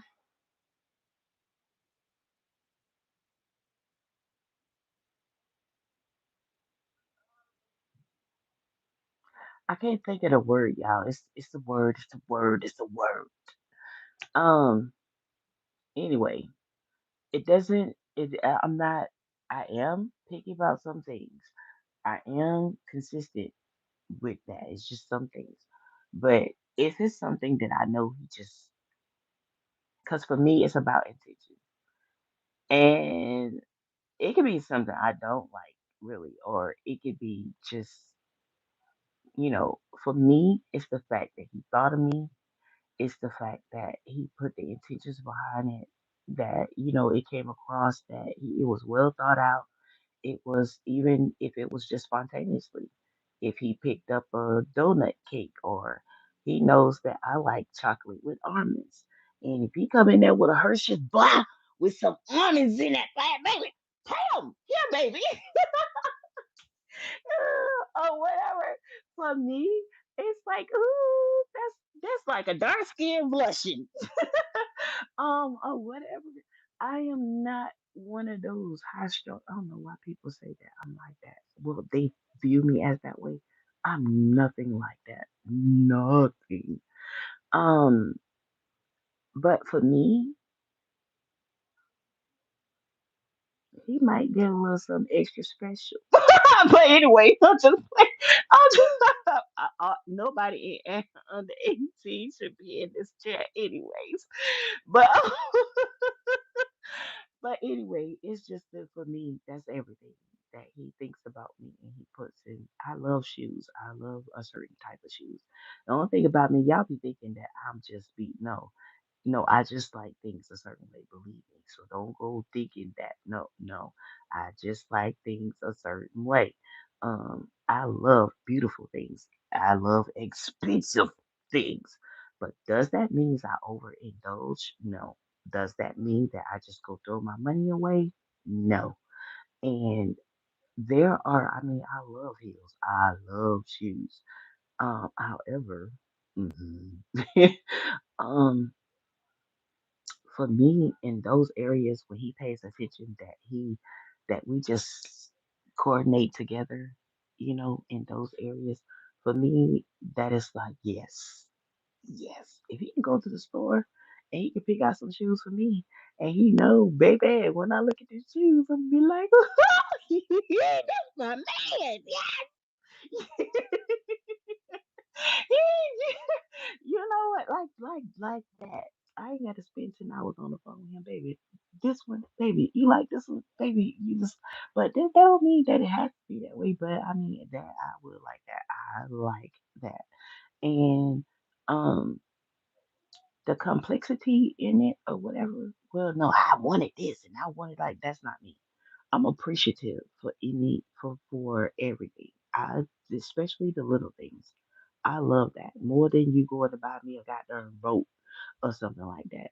But the idea that the thought that you put into it, and this was significant to showing me that this is how you feel about me and that you love me, and there's nothing too expensive. There's nothing too inexpensive. There's nothing too, including your time. To me, those are the little things that means the most than just handing me the keys to some big cathedral, you know, or whatever. But even in that, that's, I said cathedral, and the reason why I said that because me being a preacher or whatever, he knows that I was looking for a building to do what I do and stuff like that, and he makes those things happen. That's gonna be the word. But what I'm saying is, it's the simple. There you go. I'm simple when it comes to those things. That's what I was looking for, the simplicity in it. But yet it makes a bold statement. And it breeds that passion for me that it does not get stale because I know that that is what for me, like I was just saying about the lady, for me touch is a big thing as well. So if we're riding in the car, I'm that one you be seeing they be posting in the videos. If he slide that little hand over there, yes, whatever, and holding my hand or something like that at certain points when we're driving along and stuff like that. For me, that is, yes, that is everything. Even if I'm mad, it just, but I've always had people who just know with that whole mad thing, how men could be or whatever. But anyway, let me get to them. Um, but it's very interesting because it just shows you how God can produce something that we don't generally see at first. And these things. Now, y'all asking for the questions. You asked me to do the theory, so here you go. Okay. I love y'all. Thank you for joining Prophets Natalie. Different. I'm just here to warn you. Don't be afraid. Don't. Who are The summer of play is that main event. New games, all out summer. have been in that same spot that you were in, and you made a couple of moves, faith moves, big time faith moves. That it had to have taken. It was nothing but faith. It was nothing but God. So I wanted to kind of let you kind of expound on that a little bit. Don't put me on the spot like that. Sorry, babe. That's okay. I love to tell my testimony. I don't think I've really dived into it, and I don't want to keep this video too long because it's a lot. But yeah, and I'm gonna try to talk about this without crying. And it's just, this is a I think fresh I've cried. page. I think And they it's just have because, like, 400 followers. of how So good God is. That's more so why I would be crying, not because I'm still hurting or still raining or I still have to heal, but because just thinking of how good God is and how He got so much of me to restore me in an area of relationship where I thought that, it's called all Let Me men Get were This toxic. Right. That page. So just to provide a little bit of context of my situation where God brought me from, just coming out of a 10-year relationship that was pretty toxic. 10 10 years, no years. marriage, She don't no look for children out of 20. it. You go, And girl. yeah, it was something that I really thought was my future. And I never thought that I would be a single mom. I never thought that I would, have a life where, I would be doing life with just me and my two girls. But yeah, so in and out of that relationship for a while, and God just really had to kind of pull me out of it because I wasn't gonna, like, I didn't have the spirit to leave on my own. Like, there would be times of like I would leave the situation and then go back to it, and I was just stuck at a stronghold that had me in this relationship where I thought that this is it. I thought this was, I couldn't get out of that relationship even though I knew it was not good for me. But I thank God for it. I do thank God for the lessons that was learned, and it took Him to really, really rip the Band-Aid off of me for me to leave that relationship and really revealed to me some things that I just feel like, okay, it hurt, but I had to find out, and I had to know in order for me to finally leave that toxic situation. So fast forward to that, because again, I was also in rebellion.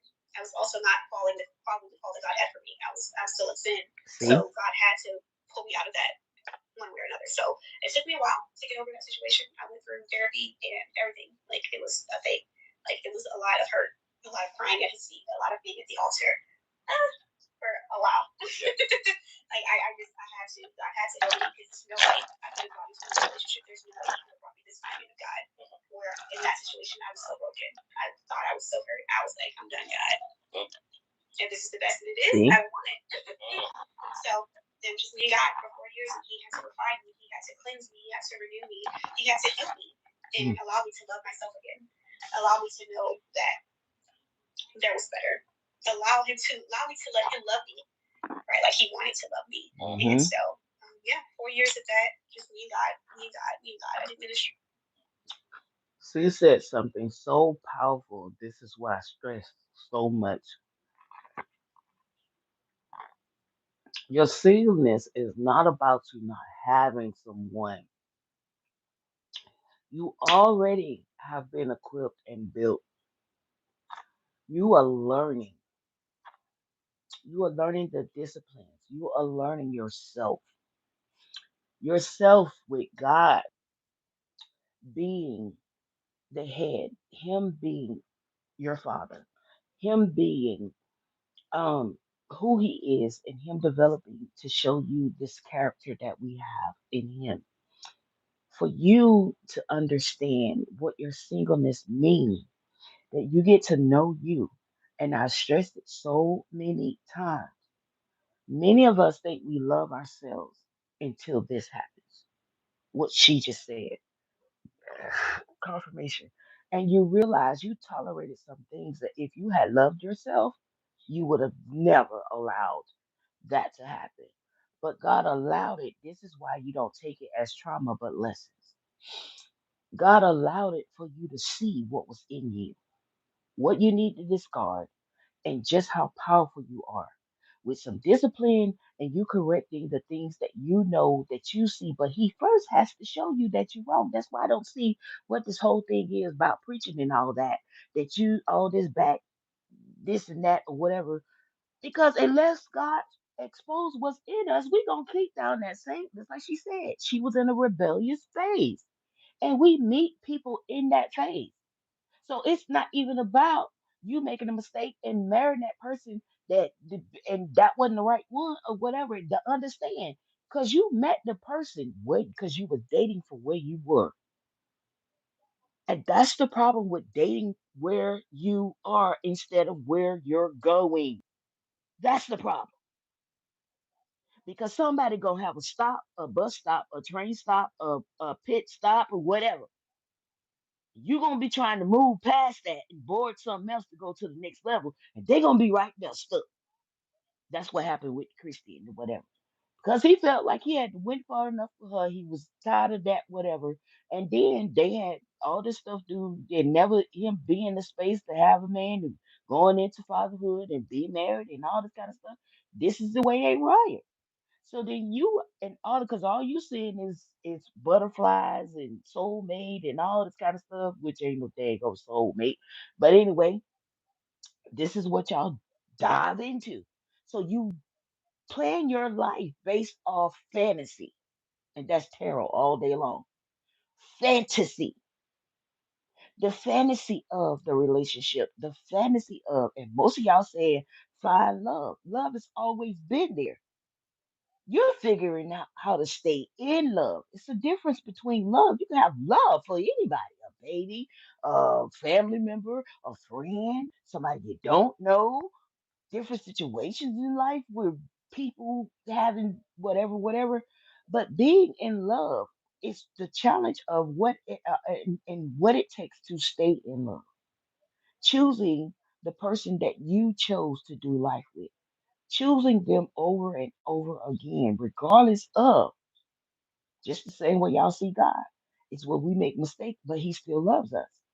But when it comes to people, it's amazing how y'all change the trajectory of what that really is. So what God does is come in and teach us how he loves us.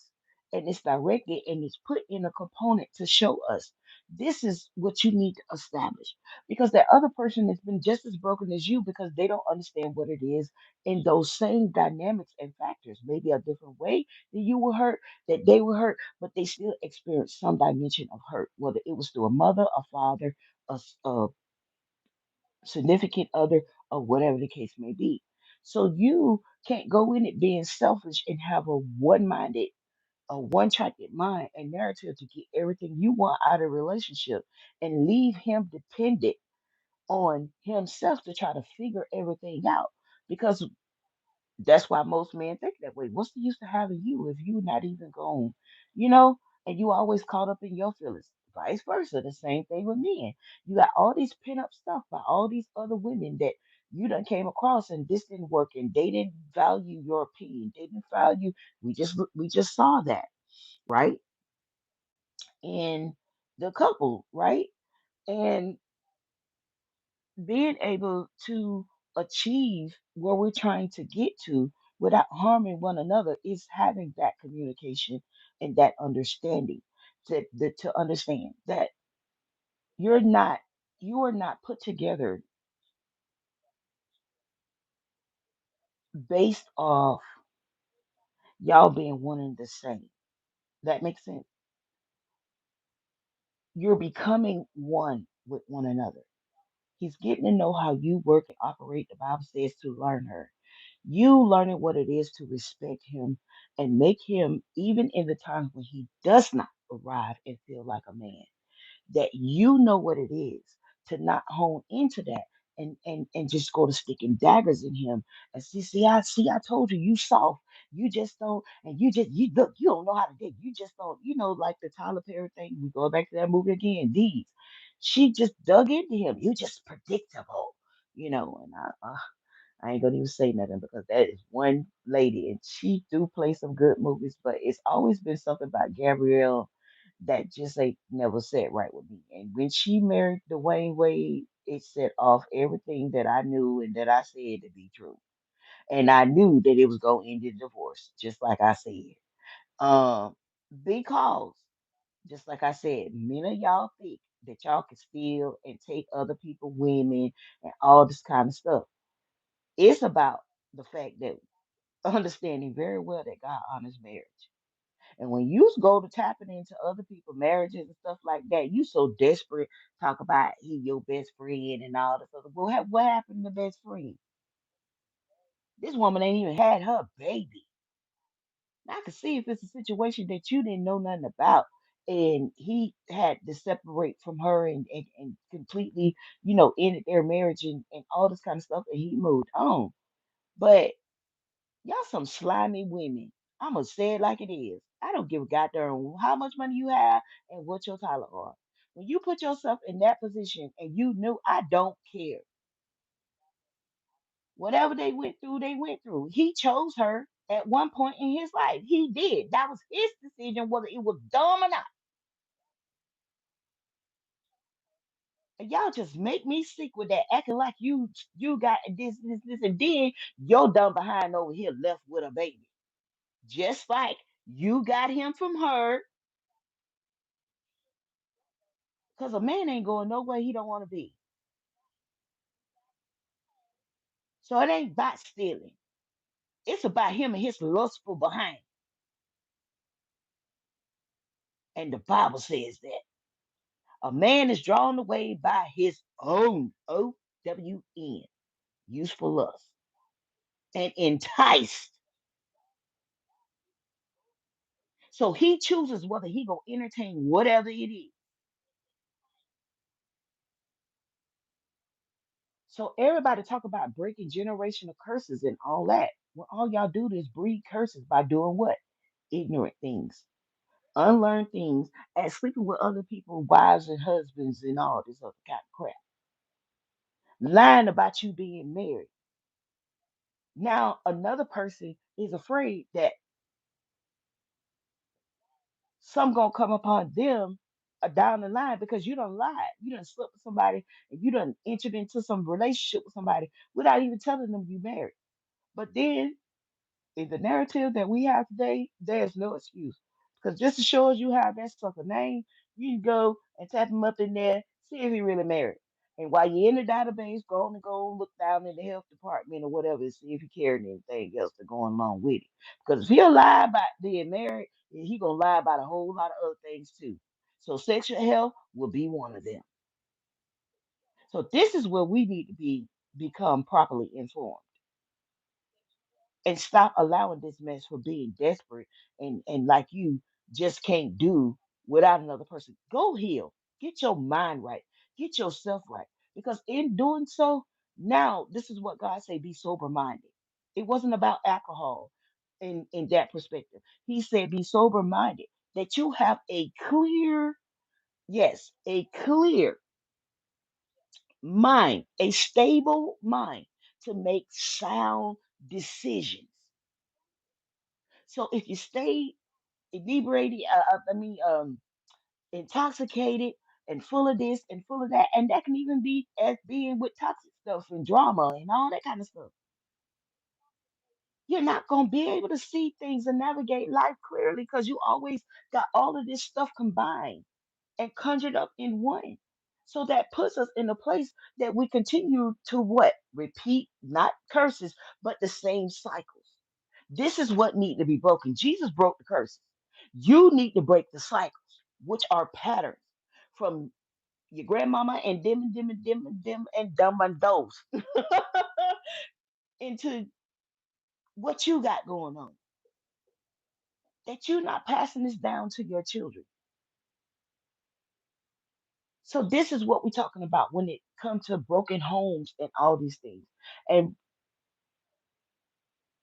the most vital thing that I see now that most church people are not willing to get into the deep end of this because He said us being adapt to teach, the elder teaching the younger. But it's a shame that you leave them out here to get all of this internet advice, and you won't even expound on these things to get some of these young people attention that could help them grow along the way.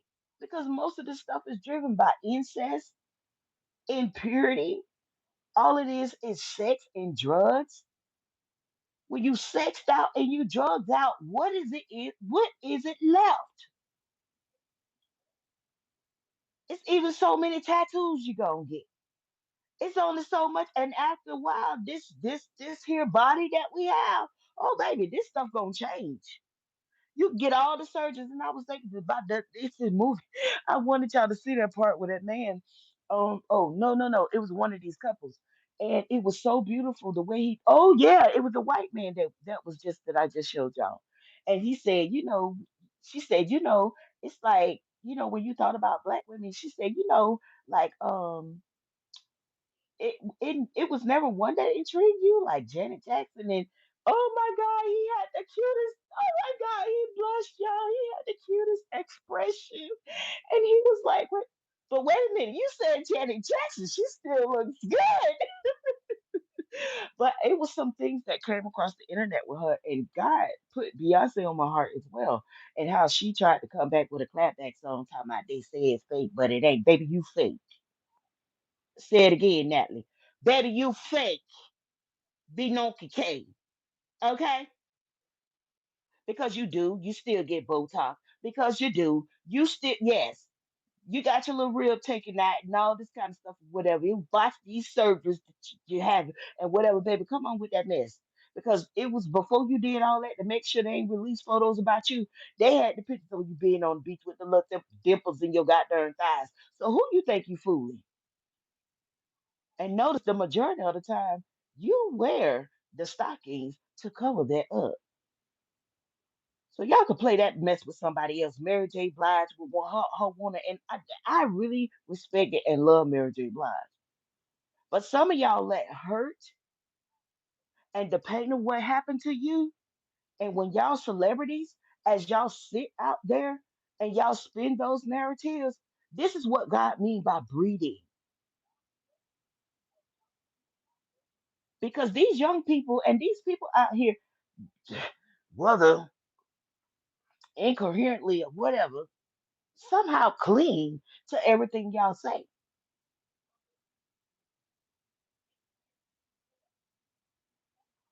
And I passed something on TikTok, and that's the first time I ever heard Mary J cuss. But on the level, when she responded the way she did, I felt her with all the being of what she been through because now that I understand what she's saying by my children being grown adults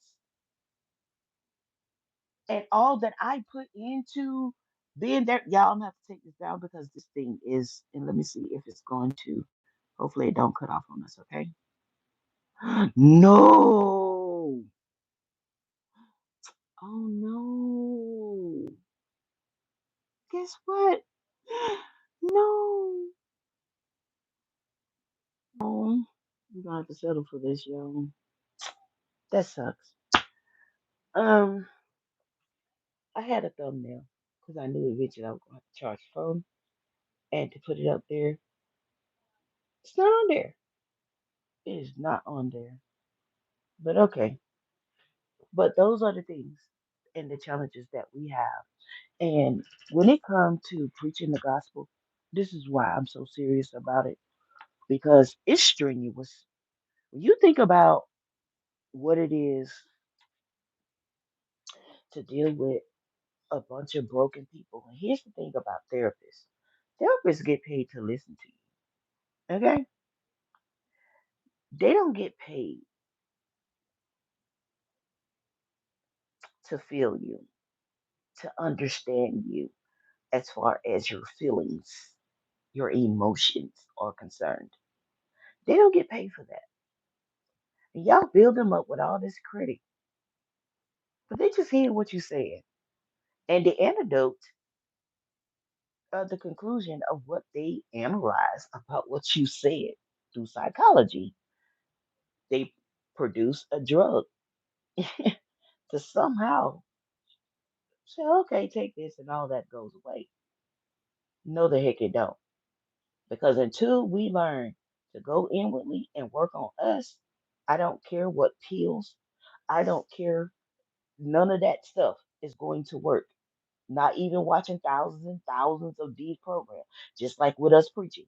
If you don't take accountability, if you don't apply it to your life, if you do not work it, that's why he said faith without works is dead. You have to put it into practice. If you don't, it's not going to work for you. Just period.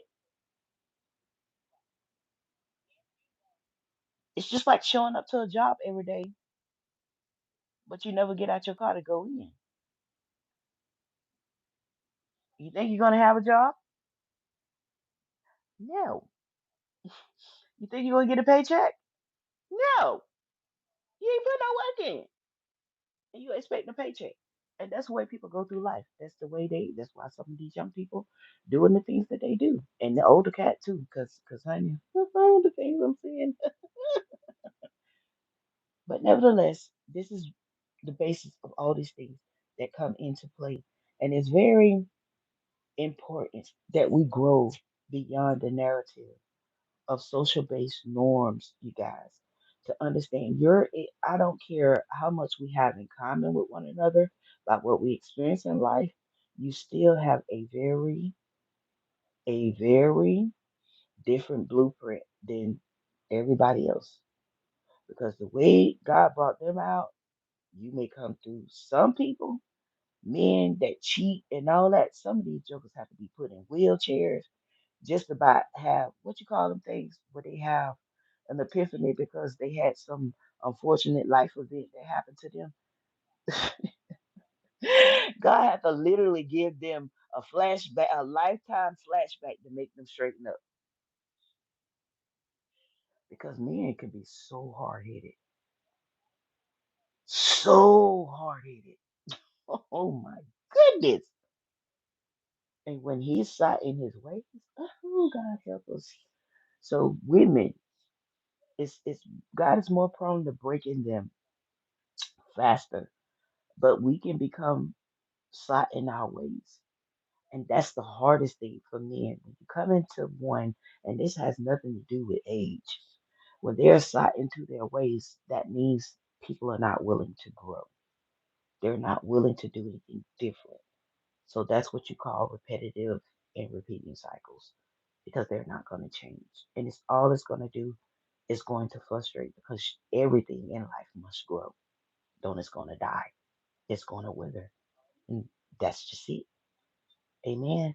So let me hurry up and get them in here so I can get this on. I started, just hearing his voice again, because I always had like a gift of hearing his voice, and he always would speak to me like prophetically through dreams, through just hearing his voice. And so I was able to hear his voice again and just be led by his spirit. So fast forward to that, that's what led me 4 years later, 2024, is when I really heard him clear as day, moved to Houston. And so yeah, 35 at that point. I was 34, and then I turned 35 when I got here in October. And yeah, that's the gist of it. Like, I really thought that it was over for me in relationships. I did not want a part of it. I didn't. And I wasn't going to go look for it. Yeah. Which is why the way that I met you was such a fake move. Because if it were up to me, it wouldn't have happened. But yeah, the way God did it and the way he just brought me such an amazing man that was totally opposite of what I've ever been used to ever in my life. He's this man. Even down to the way that he articulated himself. See? Out to the hoods, okay? See? The hoods. And just ghetto. Like, that was what I was used to. I mean, sometimes we normalize that. So when God finally restores you and he presents you to your husband and it looks different, because it's going to look different. It's going to look different. I'm just here to warn you. Don't be afraid. Don't be scared. Because I was so terrified when I met my husband. And if you watch our testimony video, you'll see there where we had our first official date, how I was Not so just me. nervous. And I think that was too because he was so different than what I was ever used to. And my spirit was like responding to like, this is your person. But my mind was like, I wasn't having it. I wasn't accepting it. But yeah, there's hope. Yeah. There's hope. Like, yeah.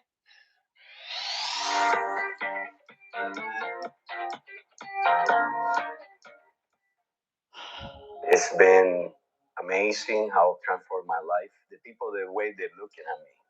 So, I know you said you were in a situation where you were kind of in a state of, rebellion, which I think we all more or less have had that period of time where, we weren't doing the things that we needed to do. We weren't, maybe walking with God in the way that we want to be walking with God. And then, you had a situation with your ex, and I guess what was it that when things didn't work out there, what was it that kind of launched you into, okay, I need to go back to my first love. I need to go back to, because I know you grew up in the church, maybe got away from it a little bit. What was it? Was that kind of the triggering point that said, hey, I need to, get my relationship with God back to where it was? Like, what were your thoughts when things, okay, it is not working out, and like, even though this is someone I've been with for 10 years, even though this is someone who I have children with, I need to end this, and I need to get back aligned with biblical principles. What was your mindset? Now notice somebody she been with long term, has history with, and she has children. This is a informed decision. Watch this. Going into that, what was your train of thought? It's so good. God, he had to, obviously I didn't have the strength to do it on my own.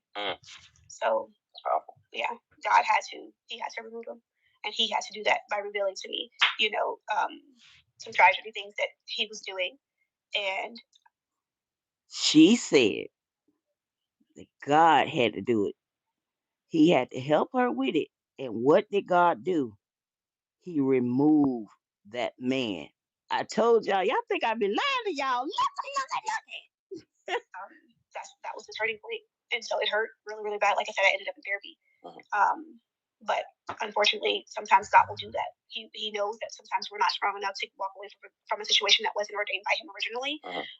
So he has to do it to where it might hurt really bad, but he has to do it. He has to rip that away from you in order to get you to himself. Allow him to love on you, renew you, and position you for the promise. He can't do that if there's things in the way. If there's something in the way. So sometimes when we don't have our own strength, and God's like, that's not all I have for you. But I'm gonna let you keep wallowing in that, and I'm gonna have to take it away from you. It might hurt, but this is getting ready to end. Yeah.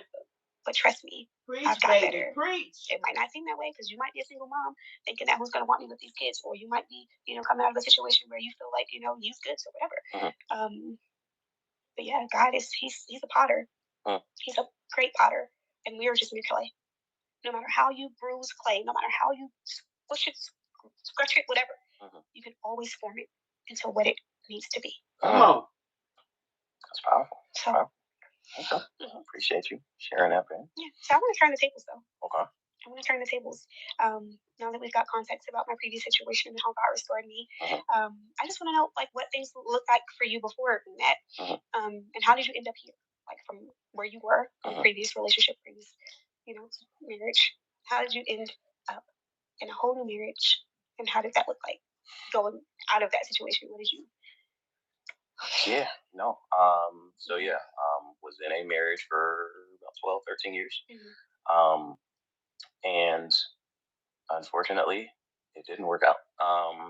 And without getting into too much detail, there was, I guess, we'll say there was fault on both sides, but ultimately, I'll say that I don't think I was where I needed to be spiritually for the majority of that marriage. I'll say that. I don't think I knew enough about the responsibility of a man as the head of the household. And to be honest, I did. That's not true. I did. I just wasn't walking it. And so, and that's not to say, like, in the natural, I would say I was a good husband, faithful, no infidelity, no anything like that. But there's a difference between being a good husband and leading biblically as a man of God, as the head of the household, and covering your household in prayer and watering your wife with the word. And so there were some areas where I could have done a better job of that. And again, fault on both sides. But long story short, it didn't work. And so that situation ended. And I moved back home for a while, lived with my parents for, about 9 months. And during that time, I was very intentional about, hey, God, like, what happened? Like, why did it not work out? Because, again, I felt like, for the most part, like, you know what I mean? I was. Now, do understand that as what you see him doing, notice that she didn't bring the other partner and their actions up to accountability and what their fault was, but she addressed. See, that's the difference between women and men who are already at that place. Because here's the thing: we incubate what we don't address, and he just stated something that he already knew in that marriage, but yet at the time he wasn't willing to confront it. Even now, as him expressing on his behalf, what she asked him a question, he's still spinning that narrative, as I say, on both parts. We didn't ask you about both parts. You understand? This is what we mean by healed. So he's in another marriage. So God is going to have to deal with that and bring that to the forefront because he still has the past because he's speaking of it. This is how you understand with conversations. This is how you're able to see into the thing. Most of us look at what sounds correct, what sounds right, what, and oh, well, at least they being honest about it, whatever.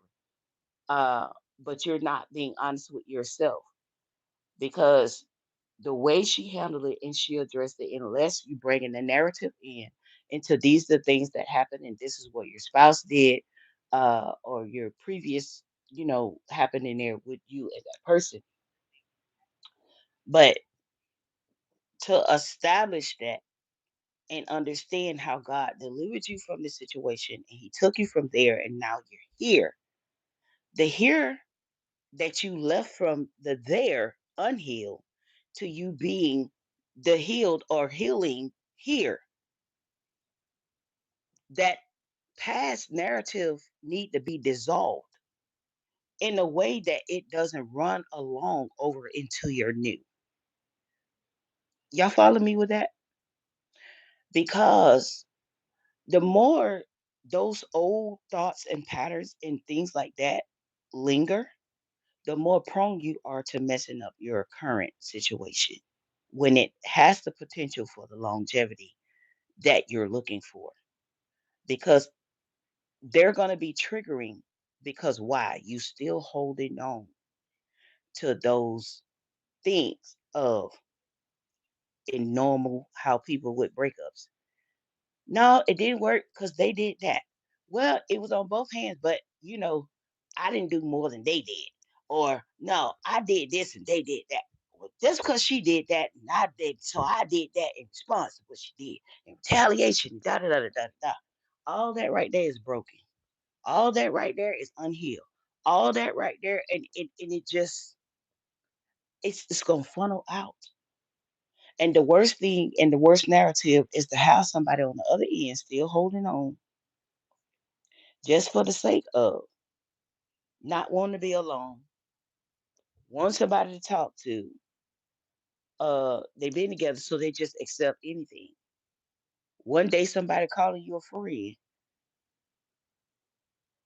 and next week you back their boyfriend or girlfriend or whatever the case may be. And it's the same cycle that you just keep going over and over and round and round. At some point you have to nip it in the bud. You're gonna have to cut it. When you allow it, all you keep doing is what? It's called a self sabotage, not just self sabotage, but self inflicted wounds. When you cut yourself with a knife accidentally or whatever, don't that seem like the worst cut you can get? And you see how it happens unexpectedly out of nowhere. Sometimes you foresee it and you say, I know I shouldn't have did that.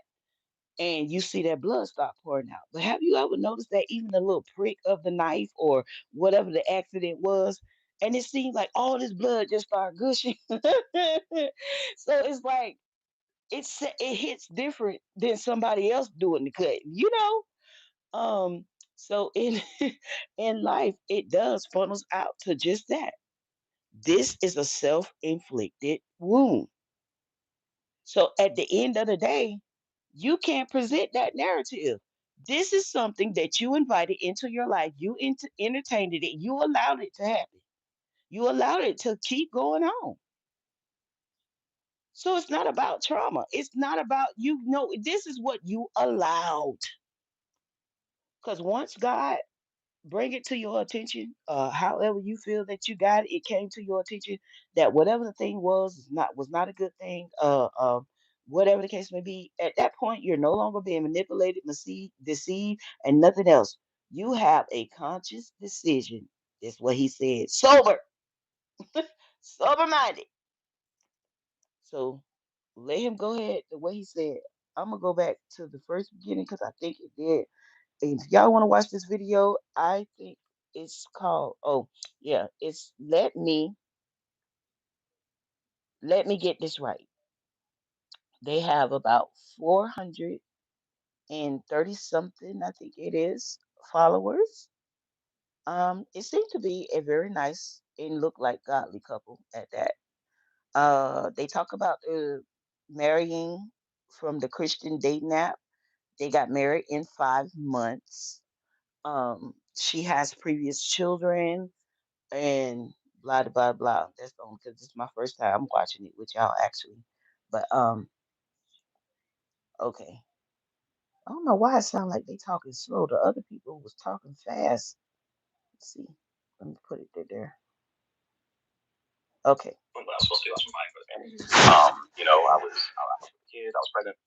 Why didn't it work? Like, and so there were a lot of really long nights of me crying out to God, like, hey, like I'm not a bad guy. Like, why didn't it work out? And so there was that long process of him restoring me, kind of to your point, and just building me back up, and just me doing my research and studying. What does it look like, not just from a perspective of being a good husband, but being a biblical husband. And so, so good. Stayed there for a while, and then we talked about it in the other story. But God, led me to move back to Houston, and that's where I met you. But I think the biggest thing for me is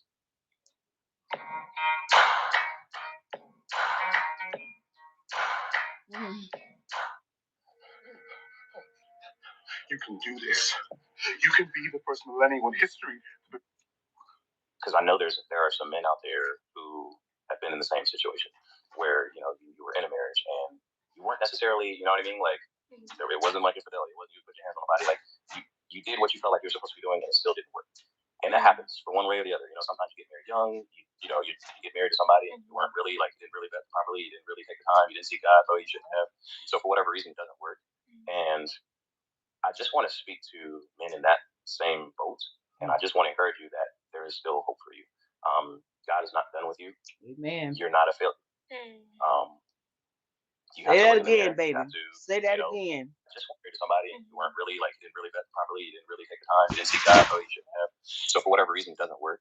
And I just want to speak to men in that same boat, and I just want to encourage you that there is still hope for you. God is not done with you. You're not a failure. You have to look in the mirror. You have to, dig in the scriptures. Study what it means to be a man of God. Study what it means to lead your household. And be a priest and love your wife as Christ loved the church and water her with the word. Like, study those things about. I watched tons of videos on just biblical manhood. What does that look like? But again, your story's not over.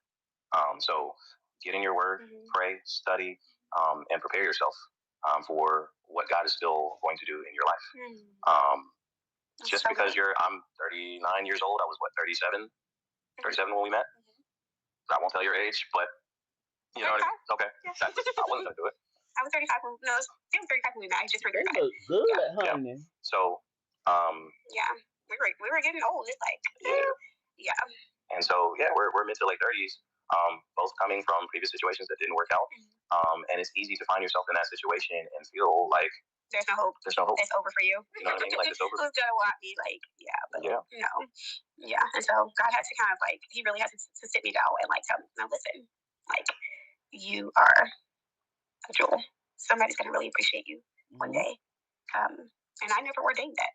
Sometimes we put ourselves in situations and we kind of I never blamed God, but we kind of it's like me in this rut, like yeah, like my life is over, but like God can restore you at any point. He can restore you and redeem you. Yes. It's never too late for you to find that person whom God has originally ordained for you before the foundation of the world. And sometimes it does take time, because even before the situation, if God would have brought me my husband when I was like I missed he would have ran me away. So I had to go through that experience. Right. We had to go through those experiences because it has formed me into who I am right now, and to the wife that I've become.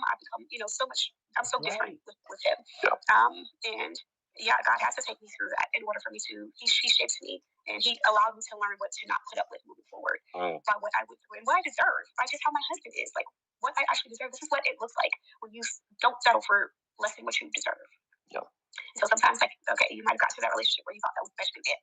Wait till God shows you what the best really looks like. You're gonna be mind blown. So don't give up. I'm telling you, do not give up.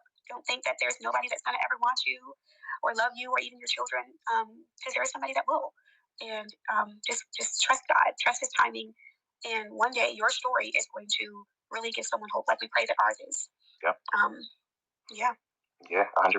And it doesn't matter, what the situation is, because both of our situations, we found ourselves, where we're not necessarily like the most, desirable candidates. Like, you know what I mean? Like by the world's, I guess standards, if you will. Like, for example, like me, okay, now I'm divorced. I've got 4 boys. Got 4 boys, and 2 of them are on the autism spectrum.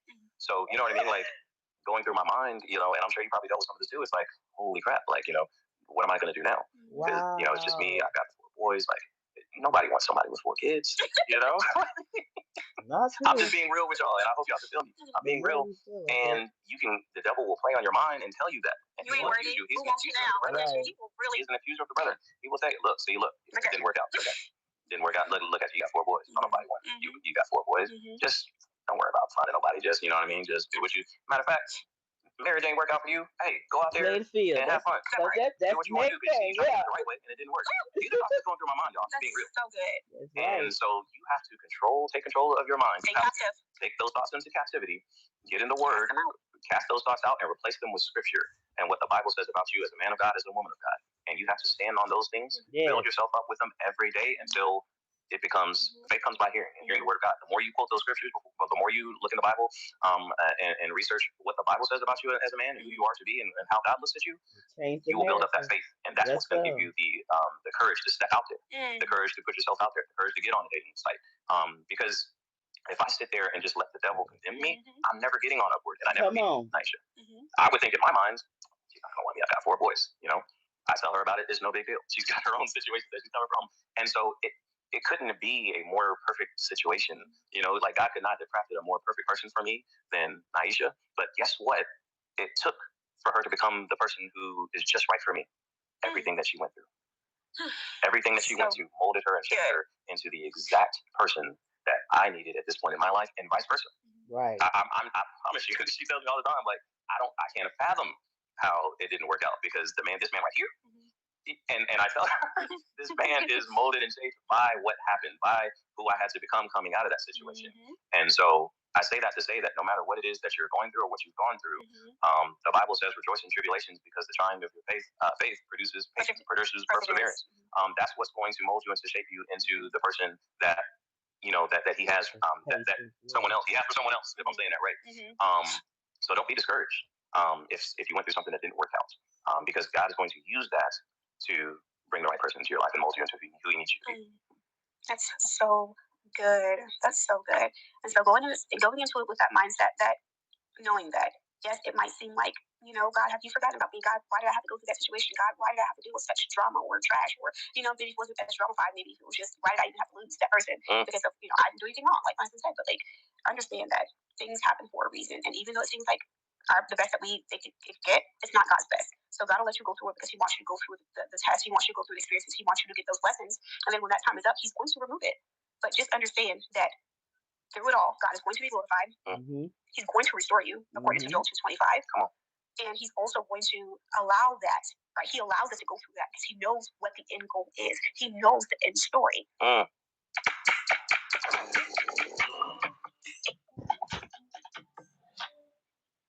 Hey, I'm Dr. Queen. I'm a board certified dermatologist. I'm also a specialist in hair loss, and we are here today. And so going through it is like, right. But then when he brings us to the other side, it's so good. And then we look back like, God, I'm grateful, even though it was hard, even though it was, you know, why, right? Like why? And I'm gonna leave it there because what she said is that is the fruit of it.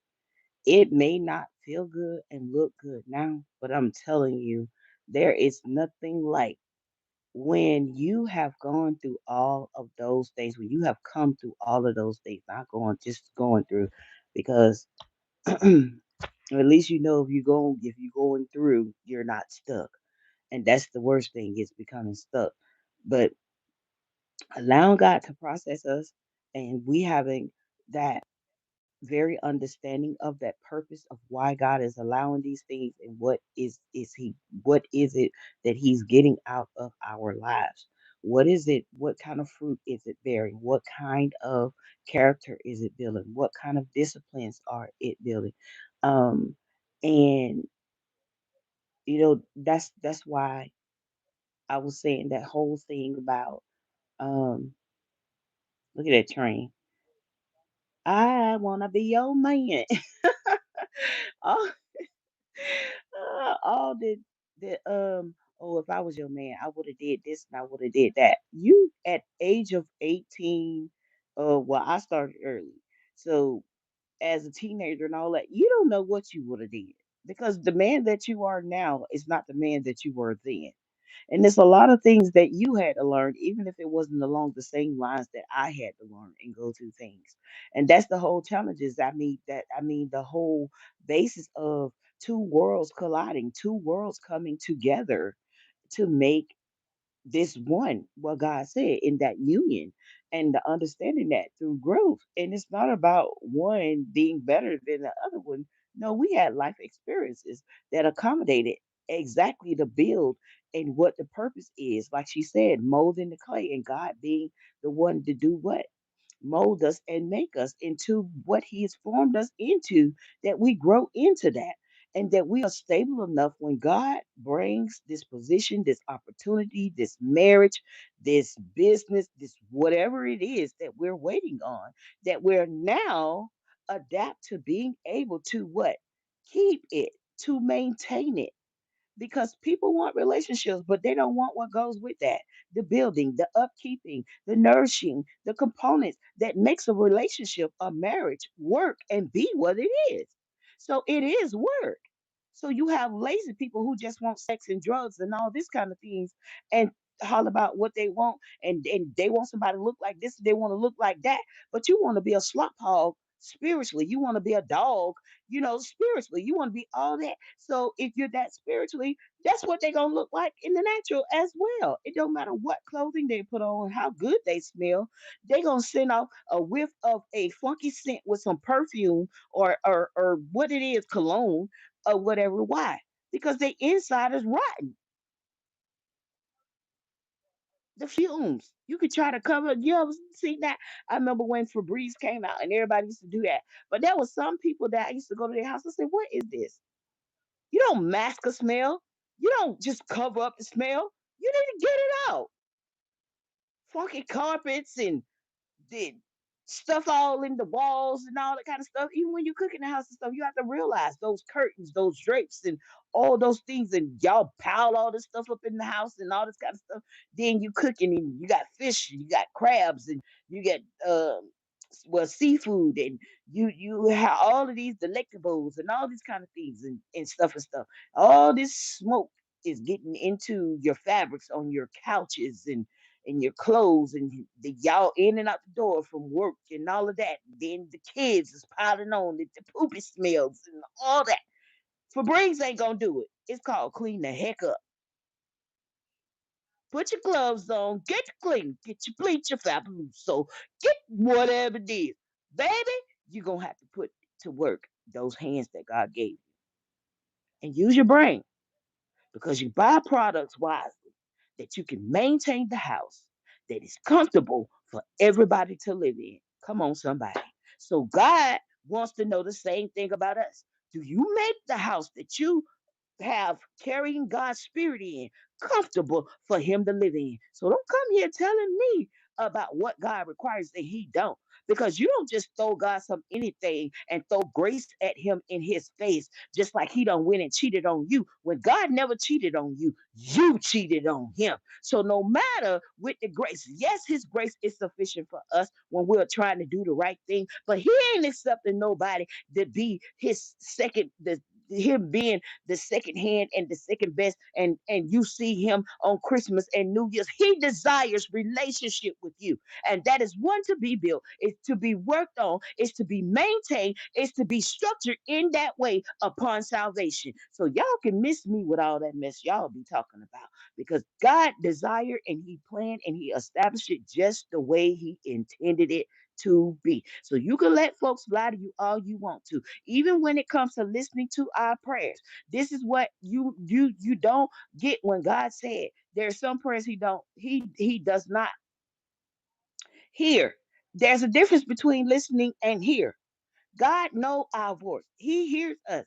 And he says to those who are believers, Jesus said, I know you hear us always when we pray. But you have to figure out what group you fit in. Oh, where the Father is not like that. He's not. He specifically said, those that don't have my spirit do not belong to me. And if you're going to keep rebelling, you're going to keep bucking against God, like she said, he'll let you be like the prodigal son, give you what you think you want so you can bump your head enough times. And he'll come in and snatch a little behind up that you done been shaking a little bit, that you don't know you was knocking on death door, in order for you to appreciate the love that he has for you instead of being in an abusive relationship. You want to try to abuse God and toss him around like he's some filthy gesture. Well, oh, I got picks and chooses of whatever gods I want to serve. So long as I just go and I just do this and comply with that or whatever, God is okay with that. God said, no, he'd want the same thing in marriage, because that's what it is. It's covenant, not a contract. So God said, I want the fruits of that same labor. You expected me to bless you. You expected me to be there to give you life, to provide for you, and everything that you getting out of it. And you want to present to me a one-side narrative where you can do what you want to do. I say no tattoos, you go get them. I say no sleeping around, you go sleep around 10 times harder. I say no lying, you go and be a liar that should not tarry in God's sight. God say, don't go out here and commit adultery. You go commit whoredom and adultery and everything wrapped up in it spiritually and naturally, and try to be the biggest baddest that you can do until he knock you on your back and let you know I am God, and I'll accept nothing less, just like you don't want in your relationship, than the best. And if you love me, then you will obey my commandments. When a man loves you, when a woman loves you, the way they operate, the way they communicate with you, the way y'all whatever y'all fighting styles are, because they have you at heart, they gonna mind their mouth, even when they want to cuss you out, even when they want to say things. Because see, a man knows when you really love her and you concerned about. One of the guys said it earlier. He said, "Look here, boy. If she call you ugly and y'all fighting," he say, "If she call you ugly, man, let me tell you, you better know how to swallow that. Cause if you mess around and call her ugly, you just put a whole y'all finna be in a whole cycle. Cause she gonna drag you. Every time you try to tell her she beautiful, every time you try, she gonna remember what you said, and all in her comments is gonna be men making comments, and she gonna say, but you, oh yeah, because what she gonna get from what you did is, oh, so you don't appreciate me, you don't care about me no more. So this is what you're gonna get out of it. You ain't got enough time to spend with me. You ain't got enough time to make sure that I'm okay and whatever, whatever. And like grandmother them said, how you start is gonna finish. You can't start out and get that person that way. And then when you get them, oh now it's oh, because it ain't fresh no more. Y'all job is to keep it fresh with one another. That part. What you expect for it to be old stale bread if you ain't putting the work in, if you ain't putting nothing in it?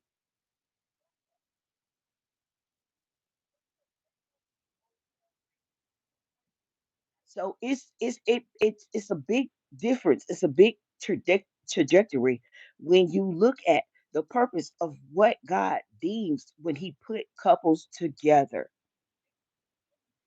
Whew, confirmation. It's not about you. It's not. It's about us. And the portion that is about you, you need to maintain that house that you're in, and that you both maintaining the house, you comply with one another. Communication goes way beyond verbal words.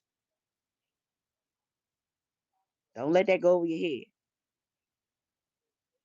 And it takes practice in building, like they was just talking about the cabinets and all that kind of stuff, and how she started to.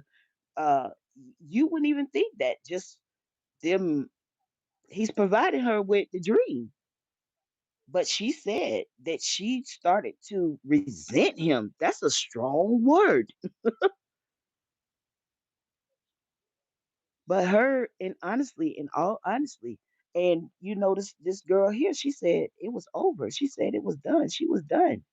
And here God come pops this man up in her life. See that? So you can say a lot of a thing. Tarot can say a lot of things to you, but you don't know how God gonna come through. Cause he allowed them to feed y'all just as he doing these false narratives and all this stuff, how you thinking things gonna play out and all that stuff. That's why he tell you don't build your faith on faulty foundations, false promises, and false beliefs, and all those things. Because he rules in the hearts of mind and the men. That means God can change your heart. You may be closed off right now. You may feel like, oh no, I'm just no. And you know, y'all done built this whole fantasy island thing in one island by yourself that, oh, being single. And I've been by myself some time now, so I ain't really, and child, I value my peace. I value my. Some of that is the worst, y'all worst enemy. Because why? You your own worst enemy. And the more God try to do something and bring blessings and the principles, that's what accompanies. That's what y'all forget. It's the principles of God. And y'all sit up and reject his gift over and over again with the puny narratives and thoughts that you have. That's comprised in that whole and I just done my preserve my peace. Your raggedy tail is the one out there that disturbed your peace because you picked that raggedy sucker who disturbed your peace to be in your life anyway. So that part, talking about your darn peace. And you're so busy be giving people a piece of your mind, you don't have a whole mind to give nobody anyway. When y'all ain't smoked out and dropped out on top of it. Control of your mind. I really thought that it was over for me relationships. I did not want that. You have to control of your mind. Take those thoughts into captivity. Get in the word. Cast those thoughts out and replace them with scripture. The devil is going to keep pouring those lies in your head. But let me tell you, you are fearfully and wonderfully made. God has created you for a purpose, on purpose. And the devil is going to try to fight you because he hates covenant. Like God did not diffract a more perfect person for me than Aisha. But guess what? It took for her to become the person who is just right for me. Everything that she went through. Welcome to another episode of the Let Me Hop in a Comment. Me, June. She always leaves you thinking, did I All make right. it weird? I just want y'all to get the first of what they said. Y'all can go back and view And let us know what the topics you guys content want us to because cover we in done the went, future. I think, probably 2 hours. All right. So today I want to tackle a Let me see topic that something. hopefully is going to provide a lot of hope hopefully is going to uplift people who have gone through similar scenarios. If you're familiar with our channel, if you're familiar with our story, you know that we met on a Christian dating app. We got married in 5 months, and we're a little bit up there in age. I don't call us old, but we're not spring chickens anymore. And so one of the biggest things that I've wanted for this channel is to provide hope, because I know there's a lot of you out there who are in similar situations or been in similar situations where you had a relationship that maybe didn't work out. You thought that was the one, and it turned out to not be the one. Maybe you have kids from that relationship. Maybe you felt that that was it. That was the one, and that one didn't work out, and you're just basically destined to be single for the rest of your life. And I think we want to be here to say that that's not necessarily the case. And just kind of, if nothing else, provide hope that it is possible. Yes. If that's what you want. Some people make it into a situation. Hey, I'm good. I did it. I'm done. And that's fine too. God still use you and still have a plan for your life in that scenario as well. But if you are, in a scenario where you feel like, listen, I feel like I'm called to be connected with someone. I feel like I'm called to have ministry with someone. That story is not over. God still has a plan for your life. And so I kind of want to provide a little bit more backstory on our scenarios, and just so you can kind of, just have that hope and that faith that God still has a plan for your life. So. All right, and that's just what I wanted to do. So be encouraged, and as the Lord has me to go and Ooh, Jesus, y'all challenging me here. Y'all are challenging me. But that's good. I like that. I like the challenge, okay? But yes, this is arena, so we all can grow and we can get an understanding on what it is. And it's about the hope of God being in our life, being encouraged through strenuous time and these constraints that we have found is going on in the government, society, and all that. Moving beyond governmental and societal norms and understanding what it is to walk by trusting God with your adventures in life, that He knows the call and the purpose for your life. Jeremiah 29:11. I know the plans and the purpose, and to give you an expected end. God has not forgot your labor of love. He's not forgotten about you. You may have your mind made up in certain things, but God surely know how to unravel that. If that's what they said, you want to make God laugh, tell him your plans. Okay. And I truly believe because many of us have sought out to do these same things and we have found that they have not worked for us in so many arenas in so many ways as because why How many days ago, we I told her some of that information, and I. we seek to fulfill our own needs according to that is so cute according to our insecurities and things like that. um Hold on.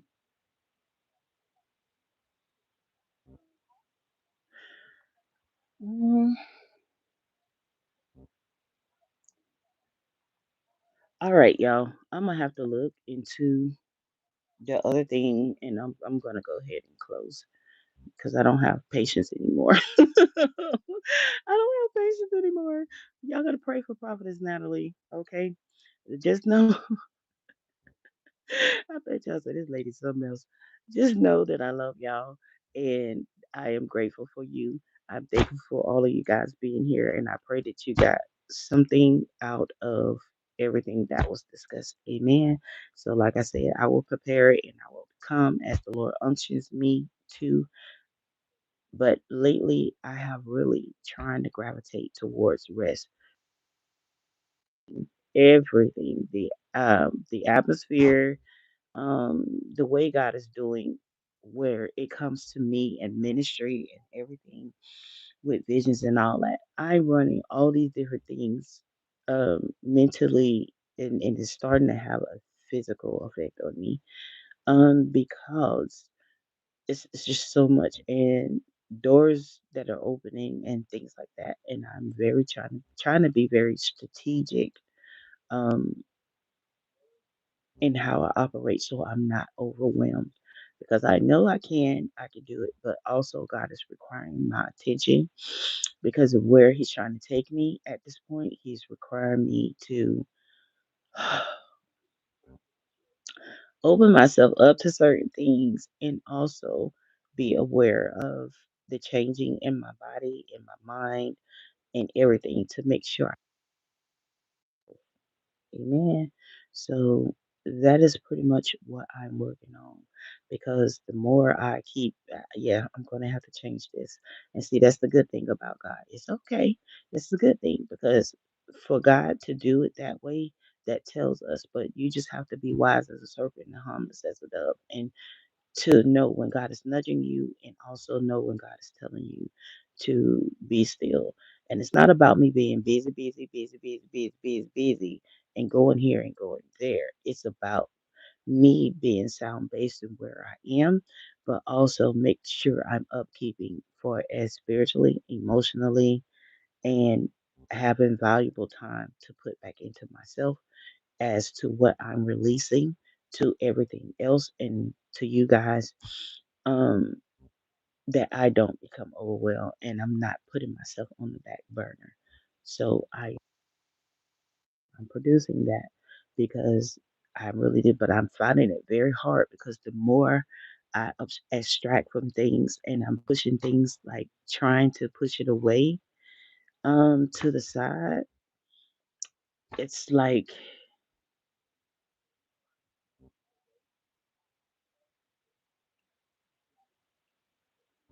it's like I feel like when I do that, something is missing and that I'm not doing enough. It's I guess because I've been at it for so long, to when you say rest or, God is trying to get me to do that, it just feel like, okay, no, that's you, that's not God, And it's like I'm battling really hard with it. I am battling with it. And I'm like, God, because I feel like, oh my God, and if it's like that or whatever, so I'm balancing. I just got to get back because he hates a false balance, Proverbs. And that is right now my thing because I don't want to make God angry and I want to be open to what He's doing. And I believe this is preparing me for my significant other as well because accommodating those spaces to make sure that He has my attention, not over God, but that I'm able to put in the time with Him and not, um,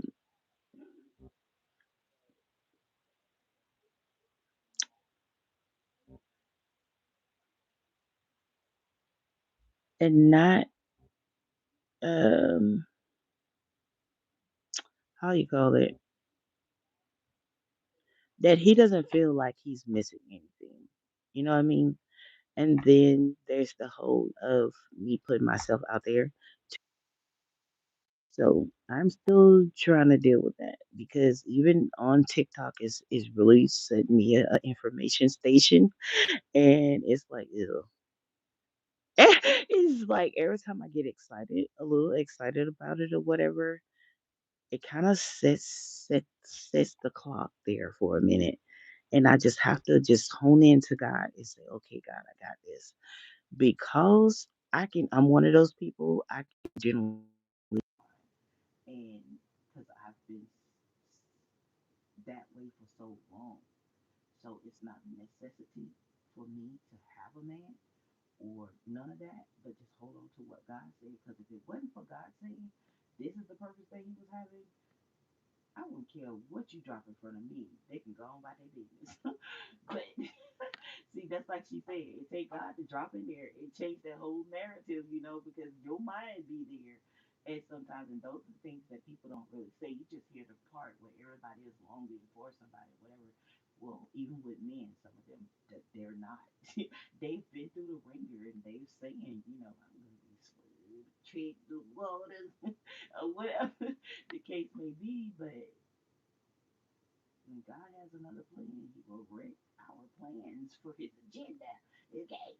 So in those narratives, I'm still trying to deal with that. Even so, with my girls being, let's spread it out at this point or whatever. I still have my bouts or whatever because I want to make sure that my queens are healthy mentally and they're doing well as well. So it's the whole comprised in me being mommy for so long and always having them up under my wing. And I trust that I raised them right and everything, but sometimes it does weigh on me a little bit by us being so far apart because I like to sometimes check on them to make sure that they're okay. Because there's so much going on out here and things like that, but not be overbearing and things like that. So I'm still transitioning a little bit there to being in my own space to enjoy my time where it is I don't have to worry about children right now. I don't have to worry about a spouse right now. I don't have to worry about any of those things. But sometimes it crosses my mind a little bit or whatever. So I don't want to be um, dragging myself to unnecessary things. And I want to be able to bring all that energy, all of that there when I do meet someone or whatever. And it's just me coming to terms with putting myself out there. And I'm pulling. I'm pulling. Oh, I'm pulling. But I still am not on the arena of that whole dating app thing. I am just not. So I don't know what God is going to do. And I know that He has things in mind, and I'm just going to flow with that. But my attention span is not man. Just saying. And I think y'all think that no, I'm not being rude. And it's not to say I don't what I do know about my spouse because I'm not going to let y'all know that I'm keep y'all in suspense. But however, it's not that I don't have it in thought. It's just that I know that God wants it that way because I ask God that whoever comes in, I want it to be a surprise. Okay? So it's kind of a good thing because that leaves you in a place that you're not being tossed about and you just concentrating on that one thing. Oh, I just want to win. I just want to how and all that kind of stuff. I don't do that. I don't do that. I have to concentrate on what needs to be done. Need to make my life work until that time arrives. And we'll deal with that at hand when it comes, you know. Um, and actually, before I got on here, I did. Um, it was a movie. I don't even know what the name of it was, but it was funny because she was supposed to be marrying somebody, and she met this man over the phone, and it had to do with his credit card, child. And she was saying that did he know all these charges was being made? So whatever the girl was that he was with, he was buying her all these expensive things and extravagant stuff or whatever because she was supplying the bedroom. You know what I'm talking about?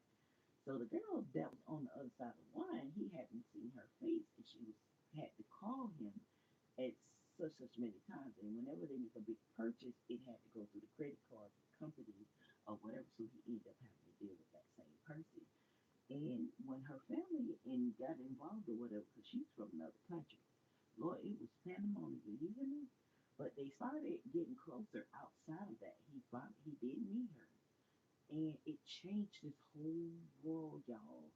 And he talked. I think last thing I thought I saw before I had clicked into the broadcast or whatever.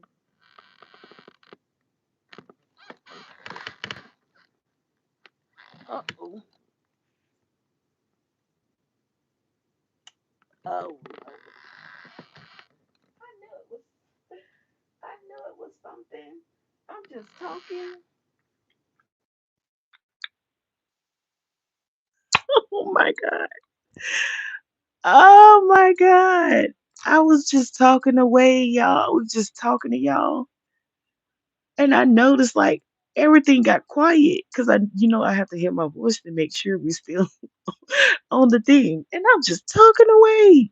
So I don't know where we left off, but like I said, he had met this girl online and all that on the movie, and then her family didn't like it because she was due to marry somebody else, and he was already in whatever situation with this girl, and she was only because he was able to buy her all these things or whatever. So when he did meet the girl that was on the other line, it changed his whole world. It did. It changed his whole world, and it was funny because it was something about the girl being on stage or whatever. Oh, that was the movie after that one. The girl being on stage, and he proposed to her in front of thousands and thousands of people, and she just froze. She was like, So as I began to watch it, then I began to understand because I wasn't paying. The movie was watching me. I wasn't watching it. So when they ran it back, then I was understanding what had happened, why she froze on stage, because they were friends, and he confided into her about the other person that he was intending to marry and stuff. And there were things in their dreams that it seemed like would take them on another path, and ended up being that's why she froze on stage, because she was like, okay, this is totally left field, because he said this and that, and then boom, and she's like, wait, whoa. So she didn't say no because she didn't want to embarrass him in front of everybody, and it was national TV, and stuff. But then they had a talk. Well, during they talk outside of them just being freshly engaged on public TV, they had a talk, and she was asking him questions because she still wanted to pursue her dreams, but as well to understand, she wanted to make sure that he had whoever that person was out of his system, because she's not willing to, go through all of that with him just for him to break up with her and be back with somebody else. And she valued their friendship.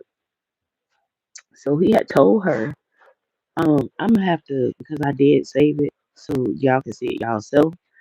But it was amazing that he actually came out his shell. They had two different love languages for real. Um, and it was funny. Their conversation was funny because he had a comical side to him, but she was dry as rice, y'all. She was dry, y'all, and I was like, oh God, okay, well, I like his sense of humor, because if it's just her, because she was logical. She was the logical one. She was the one, she would just know because you said, and that's it, But he convinced her because she said, I don't. He said, I don't know what this is, but what I do know is being away from you at any time is hard for me, and it's not the same with her. And even now that you're threatening to break up after we just got engaged on national TV, he says, it's whether you can see it or not, it's painful for me. I can't even bear the thought of it. And it's not in some weird way, but I know that that's what it is, that I love you, and I want to be with you who I want to be with. And she thought about all the things or whatever, and then I guess they finally went on their little married little life, whatever. But it did.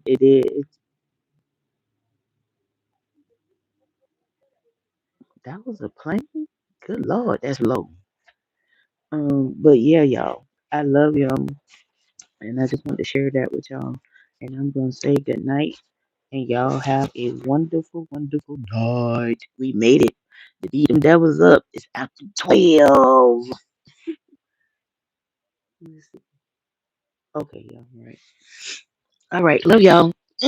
Good night.